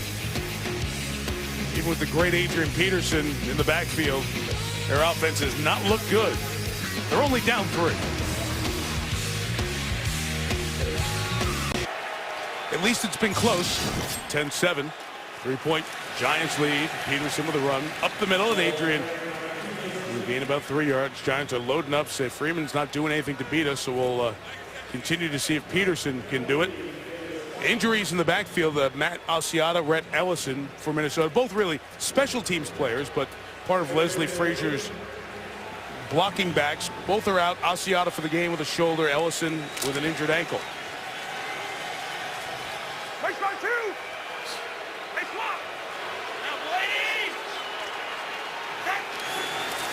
Second and 8. Freeman going to take a shot downfield into coverage again. The roll is running step for step with Jarius Wright. Keith Rivers brought some pressure. Antrell Roll's been all over the place, and he's a great player, very versatile. Here he is, undercutting a quick out, almost intercepting the pass. He goes over to the sideline. He says, I'm going to do 20 push-ups. Sorry for letting you guys down. I'll make it up to you, and he does with a one-handed, left-handed pick. Antrell Roll. He's bringing it tonight, Mike. And on 3rd down and 8, expect pressure. It comes, and Freeman hit as he throws. Rudolph knocks down Jaquan Williams as he gets knocked down. And it's another 3 and out. Jason Pierre-Paul having one of his better games. Well, I'm feeling the Giants a little bit more tonight. Pierre-Paul in an inside move, and he crushes Josh Freeman. He can't set his feet. Freeman's 8 for 22 for 80 yards with an interception. There's been nothing in the passing game tonight. Here's Jeff Locke again. Ruben Randall says stay away. And it'll be down to the 33-yard line.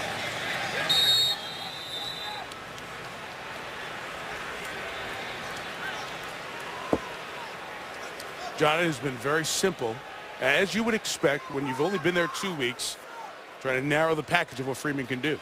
Well, there are not many plays in the game plan, and on 3rd down and 3 or 3rd down and 2, I'm seeing a lot of sprint right option. It's a play we used to run where the tight end secures the edge so the quarterback can sprint to his right, and they try to throw the quick out right here to Jennings with a little option route over the top, but Antrell Roll defended it the first time. Then here's sprint left option the second time, and Antrell Roll says you can get me once, but you're not going to get me twice. But you can't keep running the same plays against the veteran secondary, especially a guy like Antrell Roll. Now Manning throws incomplete. There's no receiver over there. Is in the tackle box. Intentional grounding number 39 was the intended receiver. Okay, Connor, 39, was second down. Underneath it all. I was looking where the ball landed at about the 30-yard line. A good job by Tony Corrente to hop on the mic as the Vikings were all pointing to that spot where Eli threw it. And the Giants offense, John, has looked really poor the last 2 drives as well. Last 4 drives, they've been 3 and out. Remember, they're playing with their 5th string running back. Tough sledding.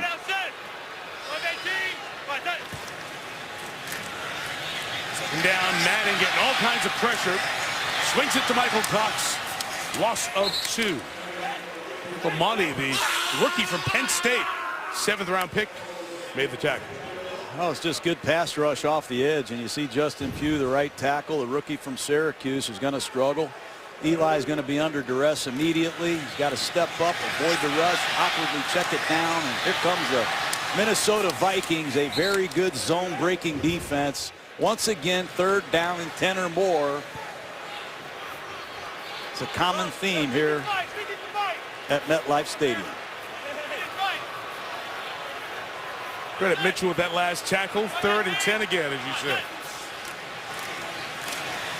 Eli's got no time to step back and throw. On the run, almost intercepted by Shea. This is a terrible quarter of football. Both of these teams are just bad. More double A gap blitzing, and Eli's knocked off the launching spot. Here they are. They've been here all night. They're going to bail. One's going to blitz, one's going to bail. Eli's knocked off the launching spot. He's late. He's not seeing throws. That should be a pick six the other way for Sherrills. He could have been the player of the night. Bad decision there by Eli. Weatherford again. 56. He sent Sherrills to the sideline at the 11. He lost the football on the way down. Zach Diossi trying to pick it up, but they say he was down. Well, let's see. One official came in to blow it down at the 11, but now another official picks up the beanbag, throws it back there, and says, Giants ball. Tom Coughlin's never coached a game quite like this one. Big conference here with the officials. Sherrills went down on his own, and the ball came out, and that's the one time the ground can cause a fumble. So while the one official saw him go down at the 11 there, was marking him down, I think the other one's coming in and saying he went down on his own and lost the ball. On the field is a fumble. That's right. A recovery by New York. First down. That should stand. It will be automatically reviewed. Again, the only time the ground can cause a fumble is when you go down and remain untouched on the ground without being hit by a defensive player. It'll be Peyton Hillis at tailback, John Connor at fullback. Let's see if the Giants can make this a two-score lead. Sherrills, who had the big play earlier, it's the second time he has tripped. We are waiting now for the previous play of fumble with recovery by New York will go under review. Yeah, we're waiting for it to be confirmed from upstairs, and they send Tony Correnti back over to look.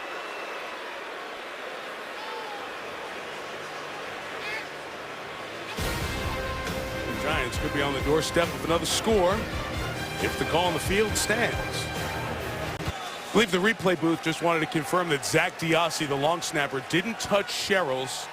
We didn't see that in our first looks at the replay, and this should be confirmed. After reviewing the play, the ruling on the field is confirmed. The runner was knocked down by contact, recovered by New York. First down. So Zach Diossi, whose dad Steve played for the Giants, gets the recovery. Both long snappers have fumble recoveries off of punt fumbles in about a 3-minute span in this third quarter. Sherrills dropped an interception for a touchdown. Now he fumbles the football. Be alert for Akeem Nicks at the top of the screen. If they play one-on-one coverage, Eli Manning is going to throw him the ball.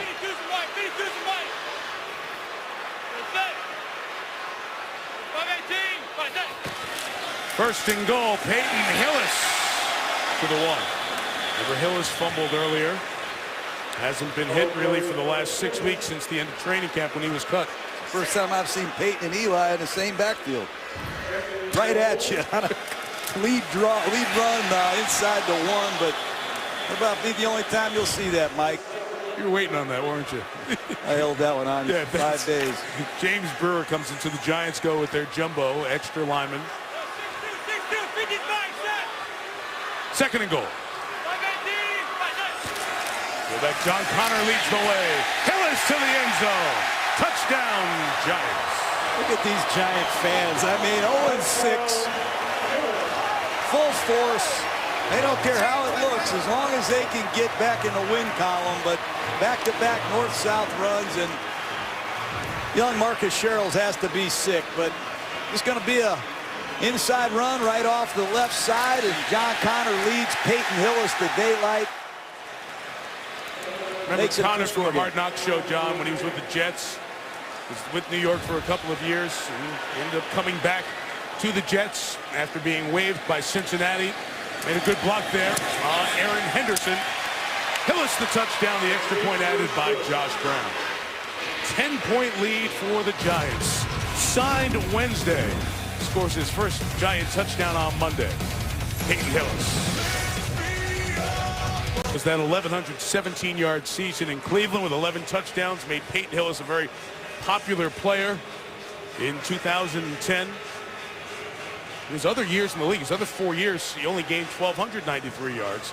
Of course, Hillis's popularity when they went to vote for who was going to be on the cover of the EA Sports Madden video game, it was Peyton Hillis. So he was in Times Square for the cover shoot. That's the last time he was in New York in his football threads for that cover shoot in Times Square. But waiting for a call was a volunteer running back coach for a high school team in Tennessee about a week and a half ago. Cordero Patterson from the very back of the end zone brings it out. And Patterson turns on the Jets. Cordero Patterson turns the corner. Roll has the angle and knocks him out of bounds and prevents a 109-yard touchdown return. And the Giants' special teams continues to be very, very bad. That's one thing that Cordero Patterson can do. And if he has to return it from 9.5 yards deep, so be it. Brilliant return man at Tennessee. He took one back earlier against the Chicago Bears, and he does an excellent job lowering a boom on his sideline with his left shoulder. Tom Coughlin can't believe his coverage teams. 69 on the return for Patterson. Great field position for Freeman and the Vikings. Roll, pressure, Freeman, shot, end zone. Drop. Jerome Simpson had his hands on it as it knocked away by Tremaine McBride at the corner. Just when you need somebody to pick up Josh Freeman, Jerome Simpson drops a touchdown. He runs right by McBride on a straight go route. Ball hits him right in his hands. I think he's got to play that one, Mike. Great effort by McBride, but Simpson's the deep threat here in Minnesota, averaging over 16 yards a catch. You have to make those kind of plays. Even with McBride hitting his arm well timed? I think so. Right. 2nd and 10. Peterson. McBride, back-to-back plays by the former 7th-round pick of the Bears, who was out of the NFL last year. That's not easy to do. You got to get off a block. You got to get off a block, and then you got to tackle the great Adrian Peterson coming your way. But he does an excellent job getting rid of Simpson and wrapping up Adrian Peterson, setting up a 3rd down and long. And let's watch Jason Pierre-Paul at the bottom of the screen. He's played nothing but right end tonight, and he's been given Matt Khalil fits. 10. Freeman steps up. It's Jennings on the run. Great stop by the veteran receiver. Terrific spin move. Gain of 12. There's a flag down in the secondary, but the individual effort of Jennings gets the 1st down if the penalty's on the Giants.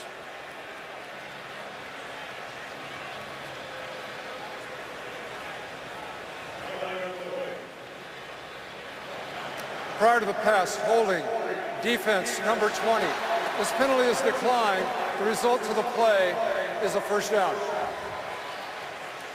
It's nice work by Greg Jennings after the catch, the ex-Green Bay Packer.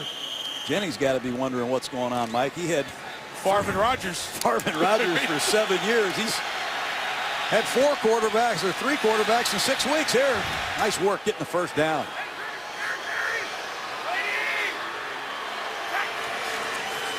The 28-yard line. Freeman straight drop. Another end zone shot. Incomplete for Jennings.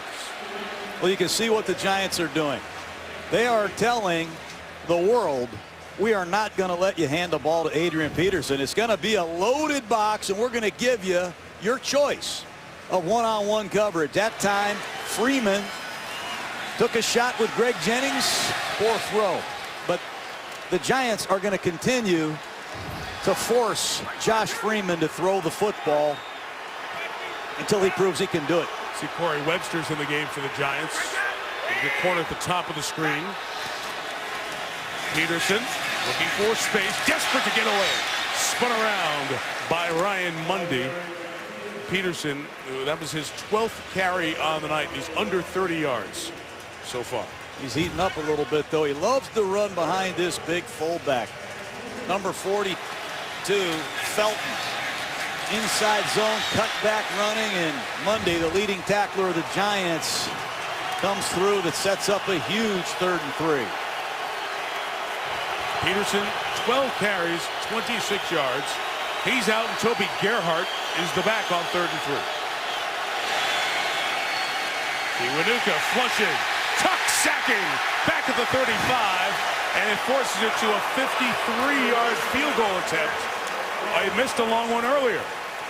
Two things that can't happen in the red zone fringe, just outside the red zone. You can't throw interceptions, and you can't take sacks. Somehow, some way, Freeman's got to abort this and throw it away.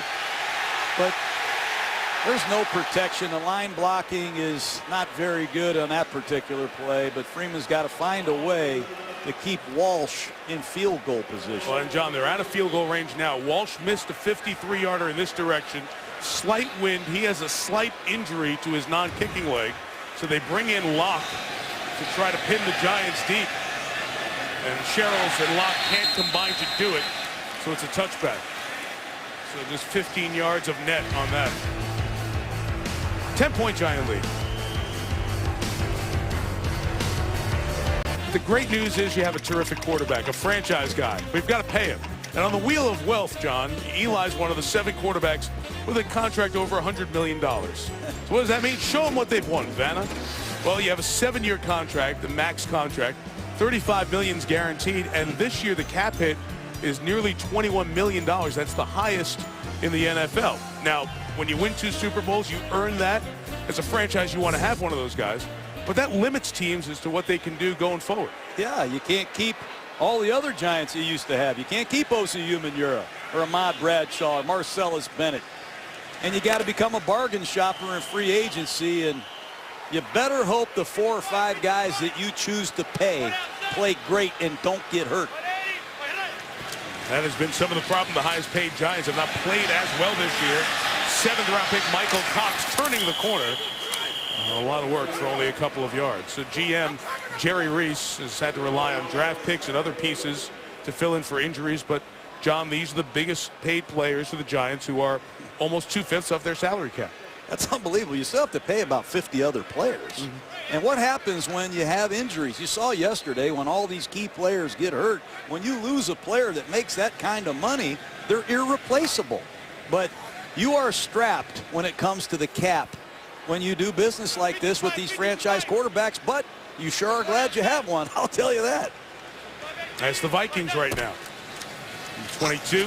Cox lost the football, and he's able to get his hands back on it. The 1st-round pick, Sharif Floyd, was in the backfield early to make it a little tense and tight back there. You know, this New York Giant running game, forget about 6 different tailbacks that have carried it.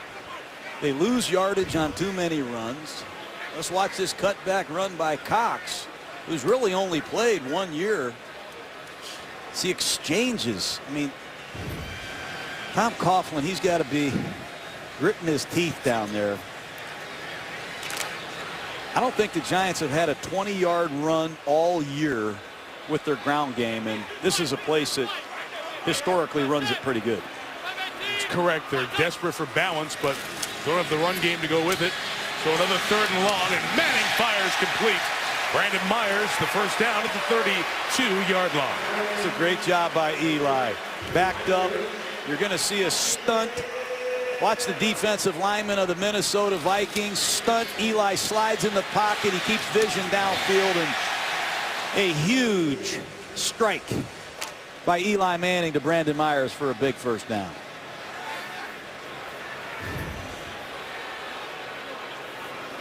Look at him talking to these backs.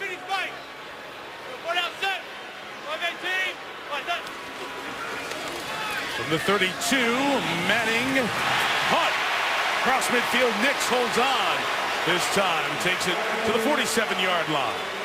One of my favorite things to watch, Eli Manning and Hakeem Nicks on a back shoulder fade.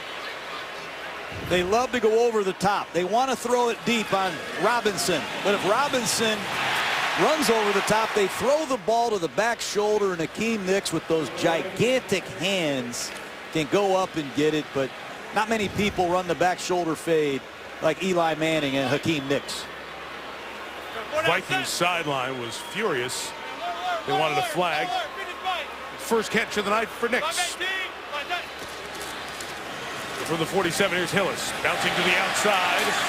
And a gain of 3 for Peyton Hillis. John, we talked to Victor Cruz and Hakeem Nicks together, talking about the issues for the Giants in general.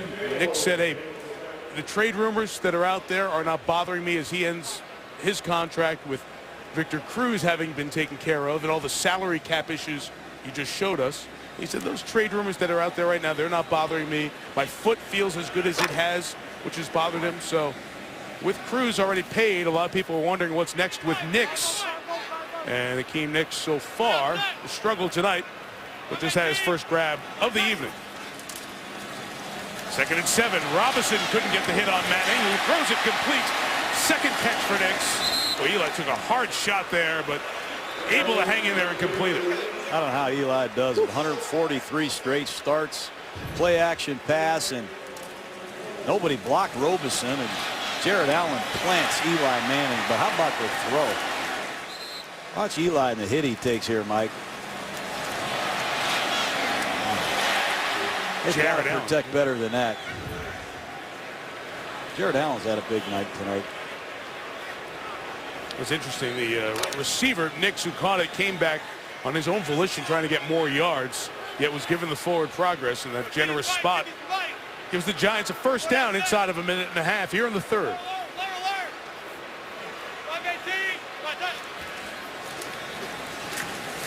Hillis. Time goes nowhere. Troy Guion out of Florida State makes the tackle. Loss of a yard and a half. You're not supposed to lose yardage on inside runs. You hear Eli Manning yelling out, alert, alert, alert. But these two defensive tackles have done an excellent job dominating the line of scrimmage. Eli Manning is running the football into some very good looks. The Giants got to block better up front, particularly inside with their center and left guard. And again, that's Jim Quarto playing after David Boss was re-injured on the final play of the long opening drive tonight.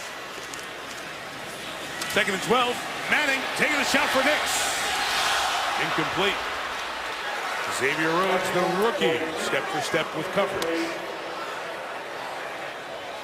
So it'll be another 3rd and double digits, 3rd and 10 or more for the Giants. And there's the number, John. The lack of a running game. So almost half their 3rd downs have been 3rd and long. Some of the reasons that Giant 3rd down percentage has been in the low 30s good part of this year. Yeah, and it's impossible to play quarterback if you do any studies. Study the conversion rate of 3rd downs on 10 or more in the National Football League, and it's less than 15%. Play clock running down. Got the play off. Manning, that's going to get him in field goal range, if not the first down. Got the first down with Hillis propelling himself forward to the 23-yard line. These double-A gap blitz Minnesota has brought all night have had success, but who covers the check down? Who covers Peyton Hillis when he leaks out of the backfield? There's nobody there. They missed Peyton Hillis in the first half when he was wide open. But that time, Brandon Myers, number 83, had a great blitz pickup, and Eli found Hillis for a big first down. Hillis had the only points, the touchdown in the 3rd. Giants lead by 10.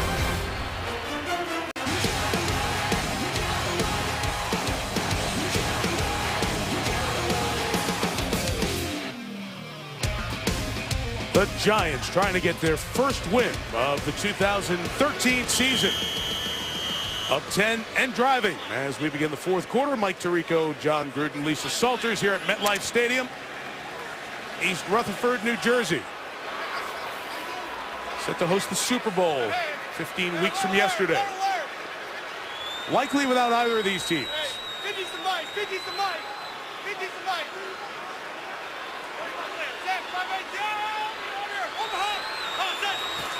Gets a play off just in time. Manning gives to Peyton Hillis. Takes a big hit. Stands up and gains a yard. It was Andrew Sandejo. Oh, Sandejo. I like Sandejo. He's a downhill hitter. He saw that stretch play coming, and he put his foot in the ground, and he met Peyton Hillis right near the line of scrimmage. That's how you got to play when you're a safety. Sandejo in his 3rd year out of Rice played in the UFL.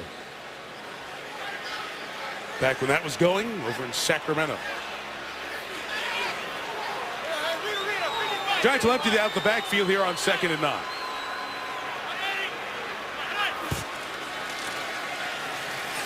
Manning gets rid of it. Everything was covered. He had no room to step up and throw. It'll be third down. And through 3 quarters, the numbers are not pretty on either side, but especially on the Minnesota side. 39 plays. That's an average of under 3 yards a play. And Adrian Peterson, 12 carries for 26 yards. 5 first downs. That's not going to win you many football games. Now the double A gap blitz, both linebackers up the gut, has been the blitz of the night for the Vikings, and here they come again.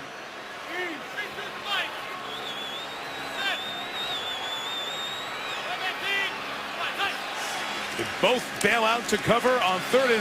Manning and Peyton Hillis spins out of the tackle, fights forward, gains the first down.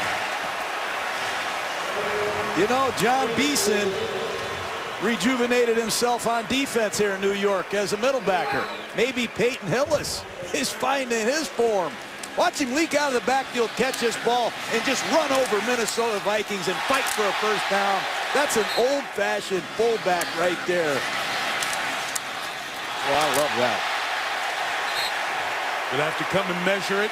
27-year-old out of Arkansas. You know, at Arkansas, John, he actually had a bigger statistical impact as a receiver than as a runner. Got it. First down. What a tremendous effort. That's all Peyton Hillis.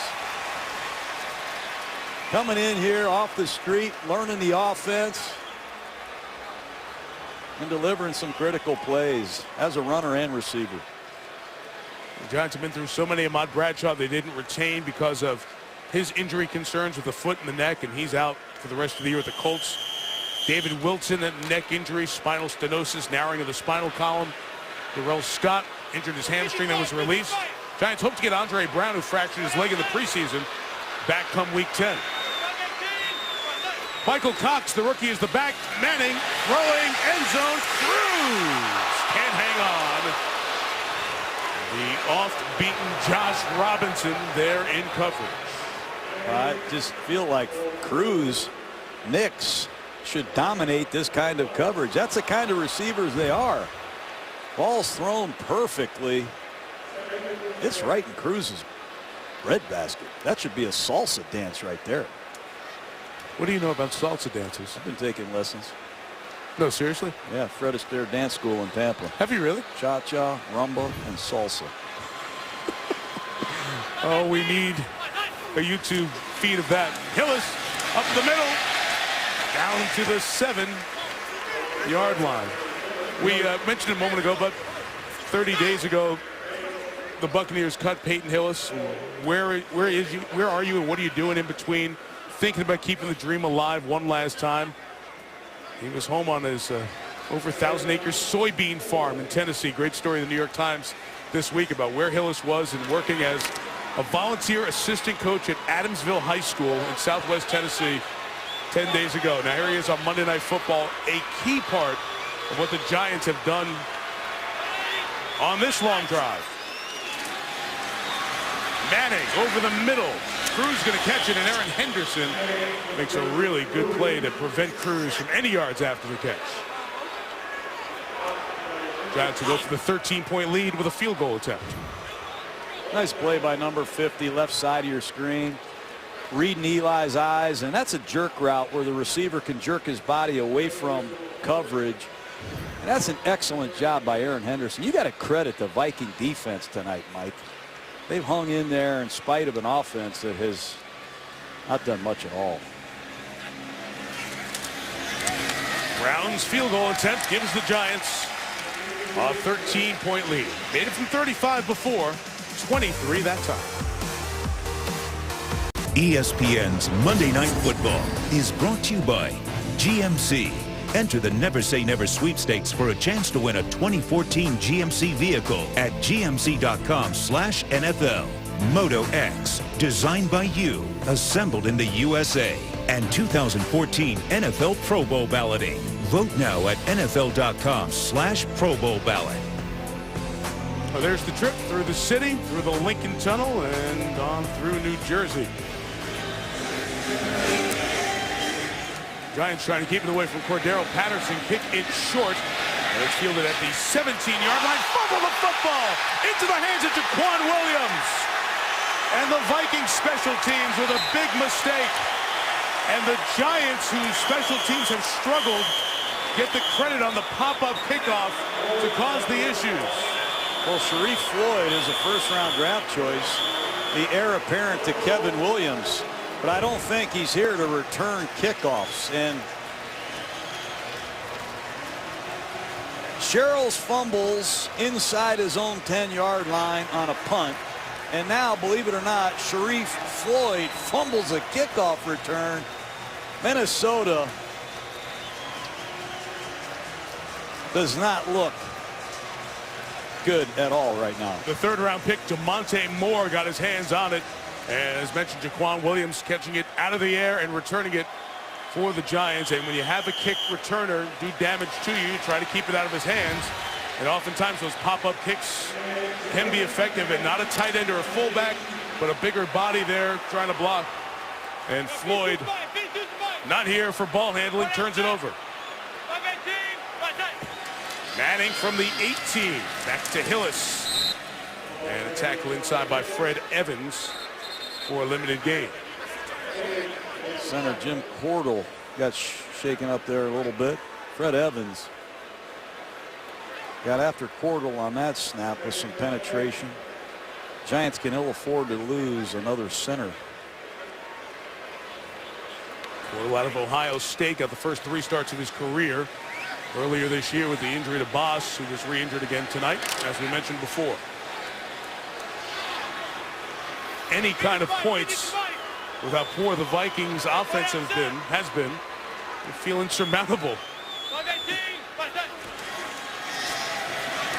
Manning, everything was covered, so he had to throw it over the head of John Connor, and that'll bring up third down.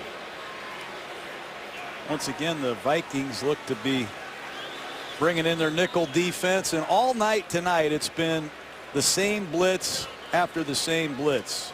2 linebackers in the A gap. Sometimes they blitz, sometimes they don't. And on a 3rd and 10, let's see if defensive coordinator Alan Williams brings those 2 linebackers up the middle again. There they are.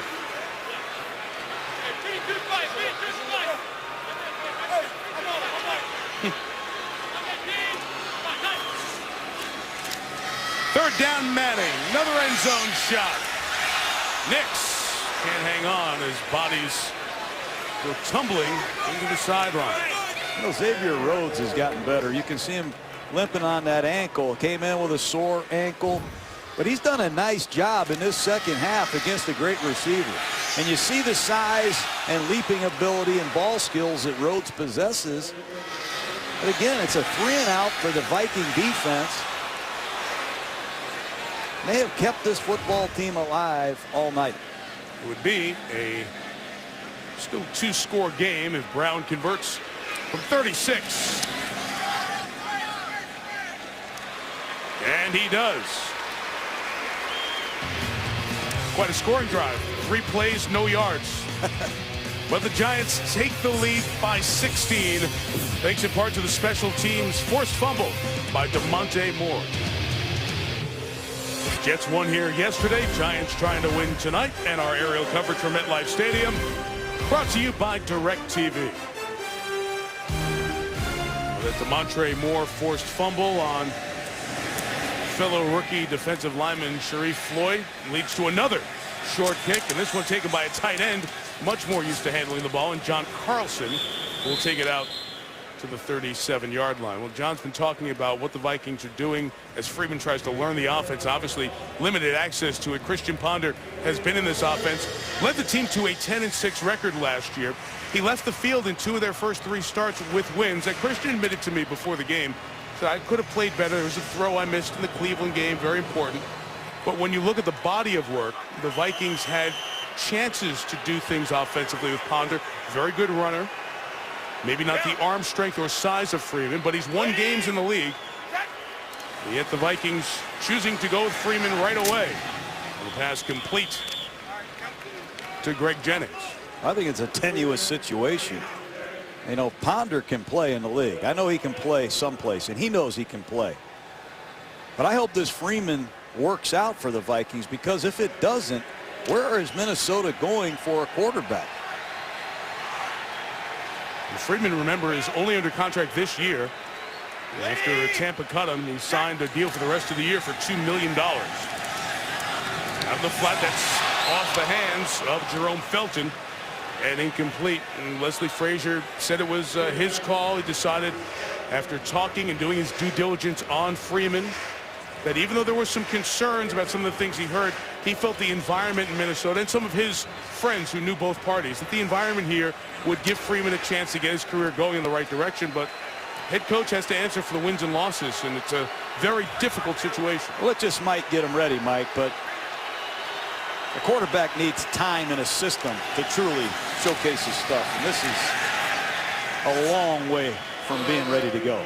Peterson fights for that extra yard and gets the first down. And your point, I think, from listening to you talk here for so many years, it's almost unfair to Freeman at this point that he knows so little of the offense. How can you come in and try to show that you're ready to be an NFL starter again? You can't even make an adjustment on the sideline, Mike. There's nothing to draw from. It's not like you can say, hey, remember what we did 3 weeks ago or a month ago or in training camp or in that meeting we talked about this.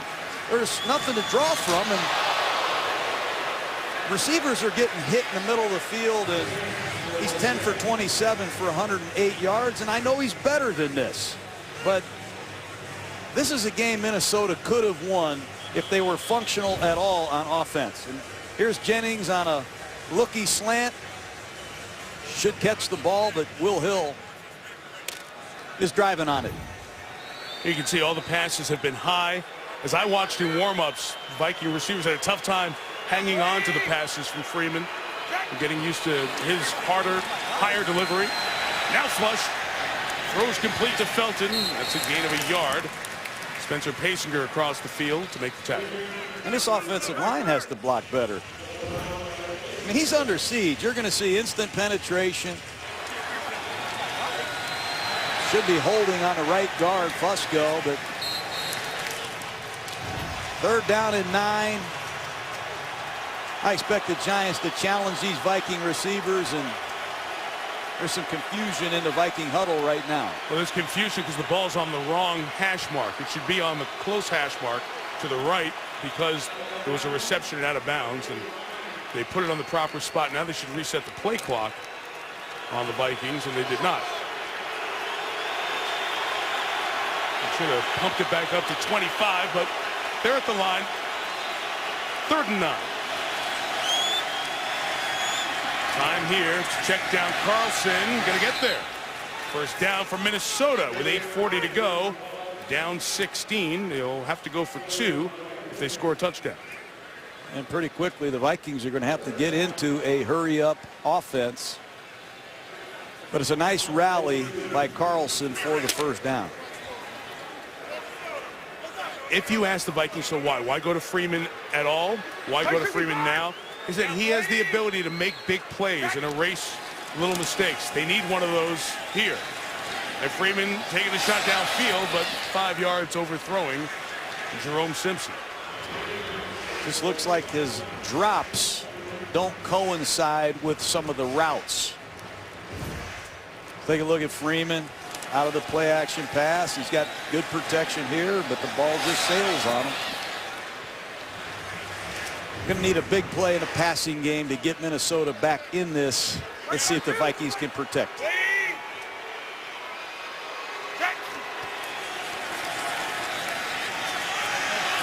As he throws his 20th incompletion of the night.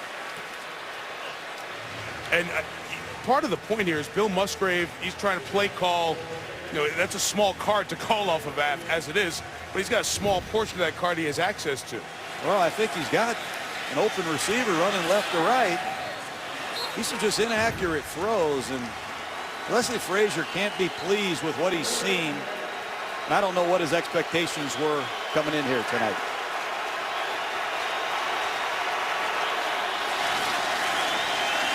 Third and 10, pitch and a throw. That's held on to by Cordero Patterson. So the rookie gets the first down at the 26 as we spin under 8 minutes. And it's the 4th quarter, and this is where Jason Pierre-Paul, Kiwanuka, lack of a pass rush that we've talked about with this Giant defense needs to come alive.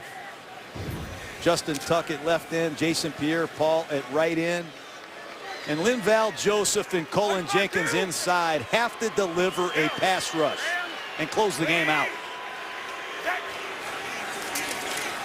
27, Freeman, high and incomplete, and not close as he was getting hit. Justin Tuck shaken up on that play as well.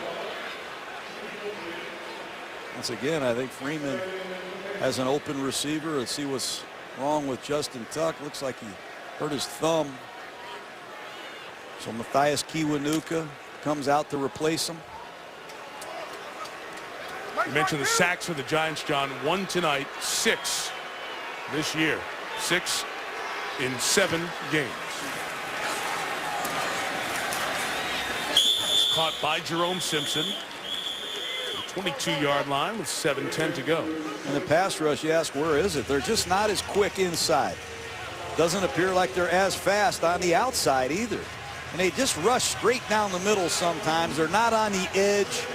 Their pressure package hasn't been as efficient this year, but they have to find this pass rush. It's in these Giants to deliver it.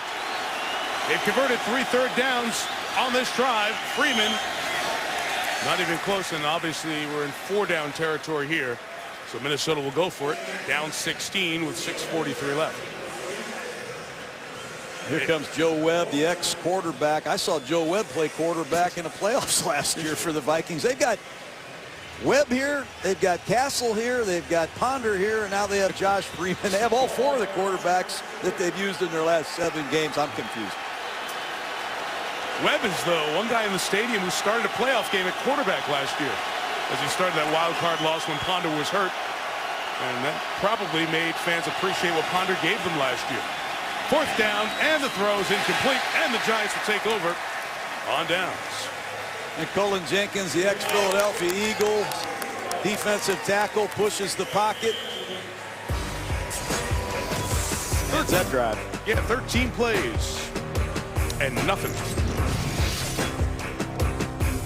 It's been tough times for Eli Manning and Tom Coughlin. Multiple Super Bowl champs together, just finding themselves in very unfamiliar territory at 0-6.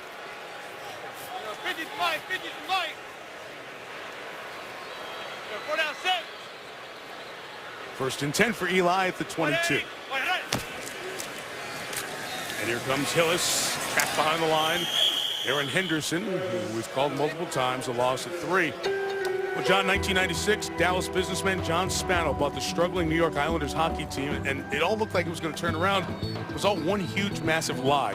It's a really good 30 for 30 called Big Shot. You'll see it tomorrow night, 8 Eastern on ESPN. Islanders will now play in Brooklyn as the hockey season's underway. So many Giants fans are Rangers fans. When you grew up here, the old school teams, the Giants, the Rangers, the Yankees. Kind of that group together that you rooted for. To the 20-yard line goes Hillis. And these Giants fans have not seen 0-6 but once before. Back 1976, they started 0-6. Bill Arnsparger was their coach. He was let go. John McVay replaced him. And Tom Coughlin and his team, they just want to win, just some positive momentum as they play Philadelphia next week. Here on Sunday. And try to reach their bye with a couple of wins and some hope for the second half of the Giants season. 3rd and 12, Manning going to keep it. Slide down, just kicking away here inside of 5 minutes. And the Giants know the only enemy is the clock. And this will be a critical punt by Weatherford. The only offense the Vikings have had tonight is a punt return by Sherrills.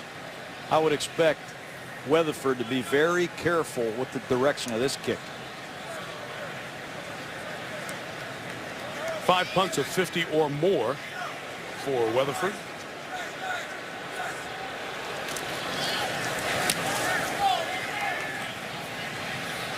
That one's 52. Sherrills from the 28, backing up and taking off. Sherrills accelerates, and Kiwanuka and the flag down as he makes the play along with Diassi at the 47-yard line.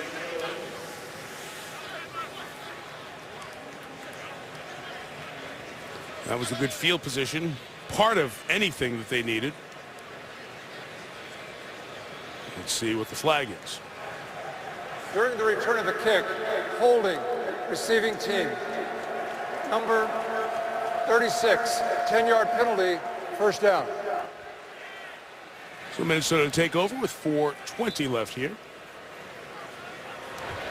You know, a lot of people felt, Mike, that Josh Freeman would be able to perform against this Giant defense who has struggled, but that has not been the case. Well, John, this part of the frustration, the Giants have loaded up to stop Adrian Peterson and let Josh Freeman try to beat them, and they've succeeded with the game plan. Peterson very limited tonight. Freeman on first down, throws, caught. Good catch by Jerome Simpson into Giant territory at the 48. It's a great job by Freeman getting out of Jason Pierre-Paul's way. He was unblocked. There's some opportunities, as I said earlier, for the Giants to close the game out with their defense. Each pass is incomplete, intended for Ben Rudolph. But Kyle Rudolph, the tight end, at the 39-yard line. You talk about the Giants defense. Boy, the numbers were so ugly. We showed them in Monday Night Countdown. Last in multiple categories. This feels good for Perry Fuel's team. Meantime, injury up front for Minnesota. And it's Brandon Fusco, the offensive guard from Slippery Rock. Well, you have to do more than run the football. Last year, the Vikings had the 31st ranked pass offense. They were looking to improve that. They brought in Greg Jennings. They drafted Cordero Patterson in the first round. Now they brought in Josh Freeman. And tonight they have 156 yards passing in 39 attempts. They have to find the ability to throw the football. So Berger comes in to replace the injured Fusco. Here's a shot downfield. It was incomplete, and it turned the receiver into a defensive back, and Ryan Mundy took the worst of the hit by Jerome Simpson. Flagged down at the line of scrimmage as Mundy remains down. Offside, defense number 20 in the neutral zone at the snap. 5-yard penalty, repeat, second down. They got Prince Amukamara for being offsides on a corner blitz.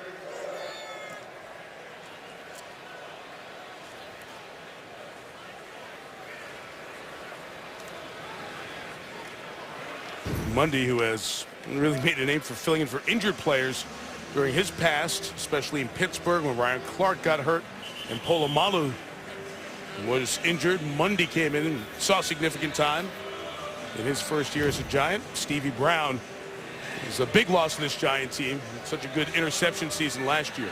That's decimated secondary. Stevie Brown had 8 interceptions last year. Their best corner is Corey Webster. He's missed 6 games. Terrell Thomas is coming back from a terrible knee injury. He's not playing tonight. And Ross, a free agent acquisition, is out for the year. So they're decimated in the secondary.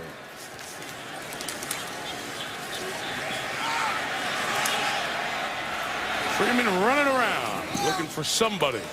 Throwing incomplete. There's Terrell Thomas, number 24 in the ball game. What a story he is, Mike. Over 100 tackles Thomas had in back-to-back seasons. Then he had ACL surgeries on that right knee in 2 consecutive seasons. He's had 3 of them. For him to come back and play it's astonishing to me. I really like that kid. I hope he can put it all back together because he was one fine corner. The first ACL happening in college at USC. And the 2 that you saw there listed on the screen. Here's Peterson. A little screen pass, able to get first down. The ball comes out, the Giants say. You just see how long it takes the Vikings to get up and run a play. I mean, it's a 2-score game. You need to get this ball snapped within 10 seconds.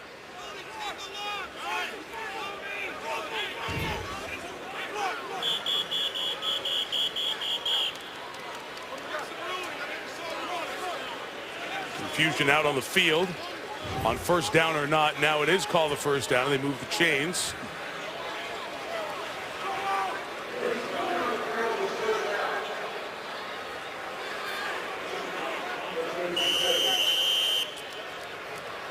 Got to look at the replay. The Giants, if they wanted to challenge, given that option, chose not to. And pass on the sidelines ruled incomplete and out of bounds for Jarius Wright with 2:54 to go. And right now this feels like a preseason game, not a two-score game.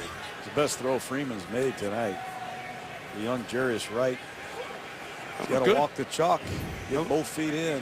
Nope, that one looked to be good. His right was dragging the toes.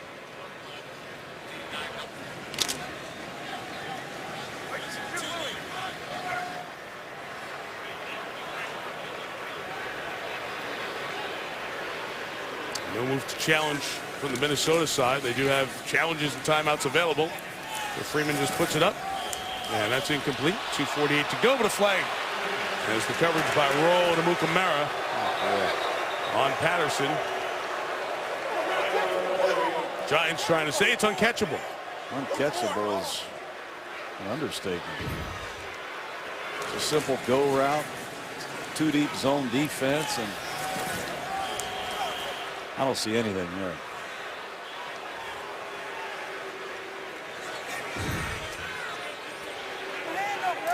Pass interference. Defense number 20 for not playing the ball. Automatic first down. So Minnesota will have it at the 15-yard line with 2:48 to go. Jerry Austin is going to give me a clinic in pass interference. That ball's 8 feet over Patterson's head. Ball's thrown into cover too. I don't get it. Material effect. You're looking for material effect. Where's the material effect prior to the ball getting there? And it's difficult to see any on this play.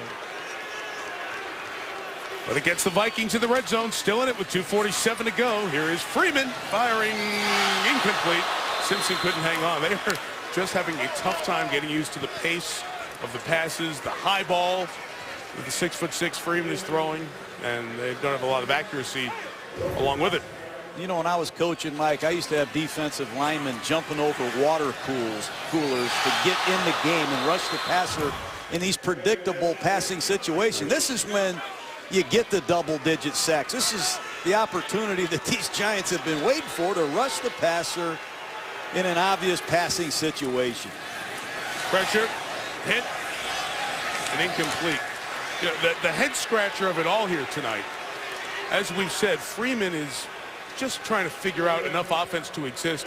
And look at the run-pass mix. 14 runs and 44 passes. I know they're behind here late, so that's adding those numbers, but well, I just don't know if Freeman knows who's blocked and who's not blocked. I don't know if he's been here long enough, but we're all into player safety. I don't know how safe it is to play quarterback 12 days after you've arrived in a new city and throw it 46 times. From the 15, that's knocked down off the edge by Jason Pierre-Paul. That'll bring up fourth down with 2:32 to go. Jason Pierre-Paul, he felt the back swing out of the backfield, and he just reads Josh Freeman's mail here, and he elevates as soon as he sees Freeman look to throw. Can't telegraph your throws. Defensive linemen are getting better and better at rejecting passes. They need to get JPP back to the form he can play at. On 4th and 10, another end zone shot. Another ball that ends up out of bounds and incomplete as Freeman is again hit. And the Giants will take over on downs with 2:26 to go. That's painful for Coach Frazier. It really is. And 16 for 46, John. 35% completion. That's the lowest for guys who have thrown 40 passes in a game since Eli Manning back in 2007. So take the subset of throwing a whole bunch, and it just shows you how often you could expect that with the lack of offensive knowledge he has at this point. Well, he played pretty well under Greg Olson, the offensive coordinator in Tampa. Then Mike Sullivan came in here. He had to learn a new offense. Now he's learning a new offense. And to be able to translate all this information in 13 days is unrealistic, if you ask me. Peyton Hillis, who has one of the Giants' touchdowns here tonight, runs it to the 18-yard line. Leslie Frazier not using his timeouts, and it will take us down to the 2-minute warning. Just wonder how Jared Allen and some of these veteran Minnesota Vikings feel about where this team is heading and what that plane ride home is going to be like tonight. Greenway, Allen, Henderson, they can't like this at all. Peterson, too. GMC postgame coming up on SportsCenter. Susie Colbert joined by the Super Bowl champs, Ray Lewis, Steve Young, Trent Dilfer. They will put this game into perspective. All the injuries around the NFL. Adam Schefter tells you what will happen with Chicago and Indianapolis, where they go after key players lost. Top plays in Week 7. Scott Van Pelt and Steve Levy anchor back in the studio.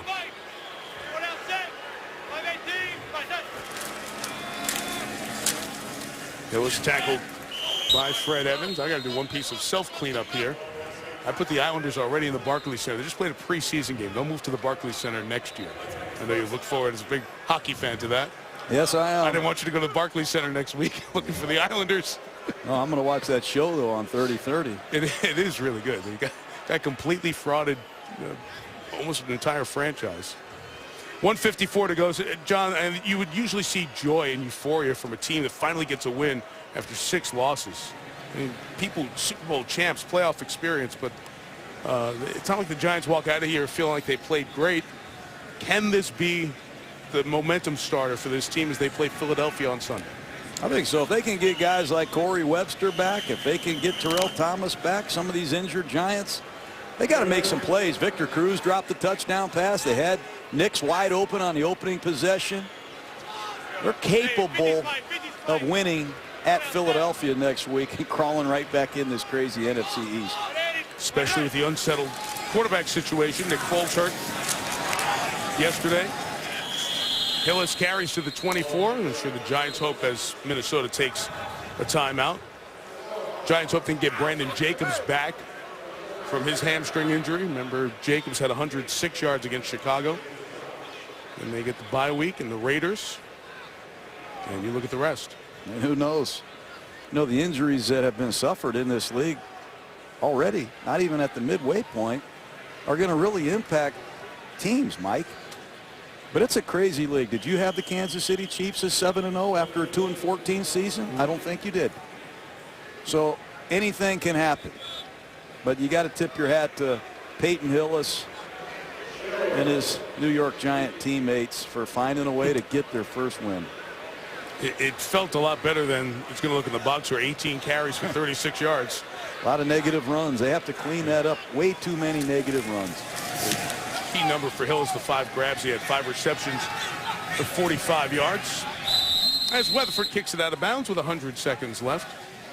So, John, this whole issue with Freeman and what happens, he got paid $8 million plus by Tampa for this season, although he hasn't received all of that money yet. He will.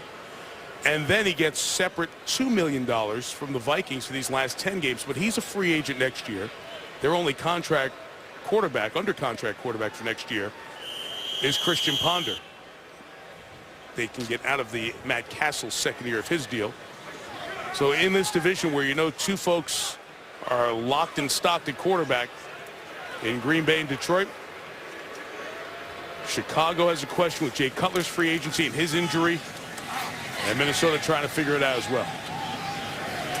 Sideline work by Kyle Rudolph. Goes out of bounds with 1:32 to go. See Demontre Moore in the game for the Giants, young pass rusher from Texas A&M. Number 98. And then there's Christian Ponder, Mike, and you wonder what's going through his mind. The trade deadline comes up on October 29th. Toby Gerhart, 32, not Rudolph, 82. That last grab for Minnesota. 1:32 left. And in the middle, it's caught just shy of the 40-yard line as John Beeson Fights on that tackle with Jennings. I still think Freeman is able to step up in the pocket too easily. You see Mike Patterson out there, number 93, the ex-Philadelphia Eagle, and Sean Rogers. Got to get some more push in there. Beeson chases down Gerhardt. Inside of a minute. These completions and this yardage will inflate the statistics, but we know what happened tonight, Mike.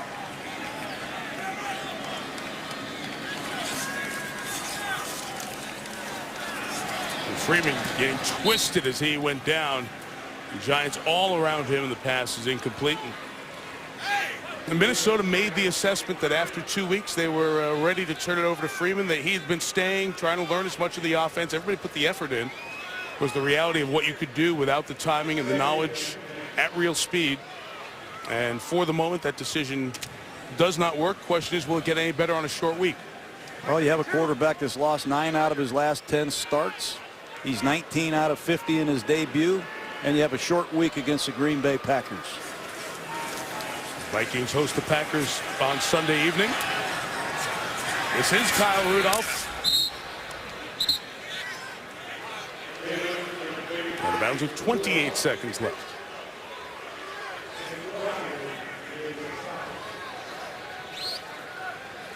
The Viking team that went from 3-13 to 10 wins.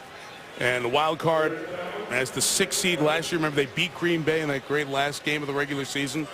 And Peterson threatened Eric Dickerson's, or rather, the all-time single season mark that he had.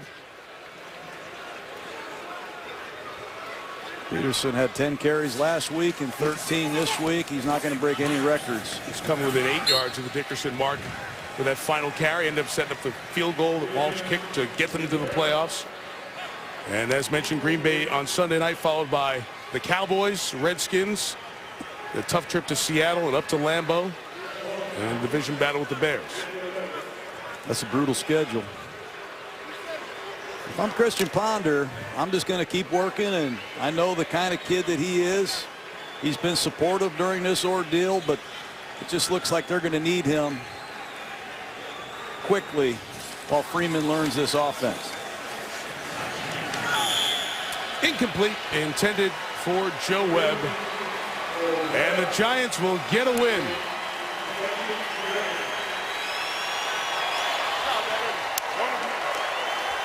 Well, for a defense that has given up 35 points a game, it matters not who the opponent was or their quality. They feel pretty good about it tonight. Giants defense pitched a shutout. The only way Minnesota scored was on a long punt return by Sherrills. So it will build confidence. There's no question about that. One thing you didn't think you'd see was Josh Freeman throwing 53 passes tonight. Only completed 20, 5th lowest amongst the quarterbacks who've thrown it at least 50 times in an NFL game. It's over, and the Giants' winless season is over. They're on the board. Giants finally get win number 1 on the season as they move to 1-6, and the Vikings fall to 1-5. 23-7 here at MetLife Stadium. John Gruden, Lisa Salters, our entire team, Mike Tirico saying good night. Sports Center, full recap of this one and all the day in sports coming up. See you from St. Louis next Monday night for the Seahawks and Rams.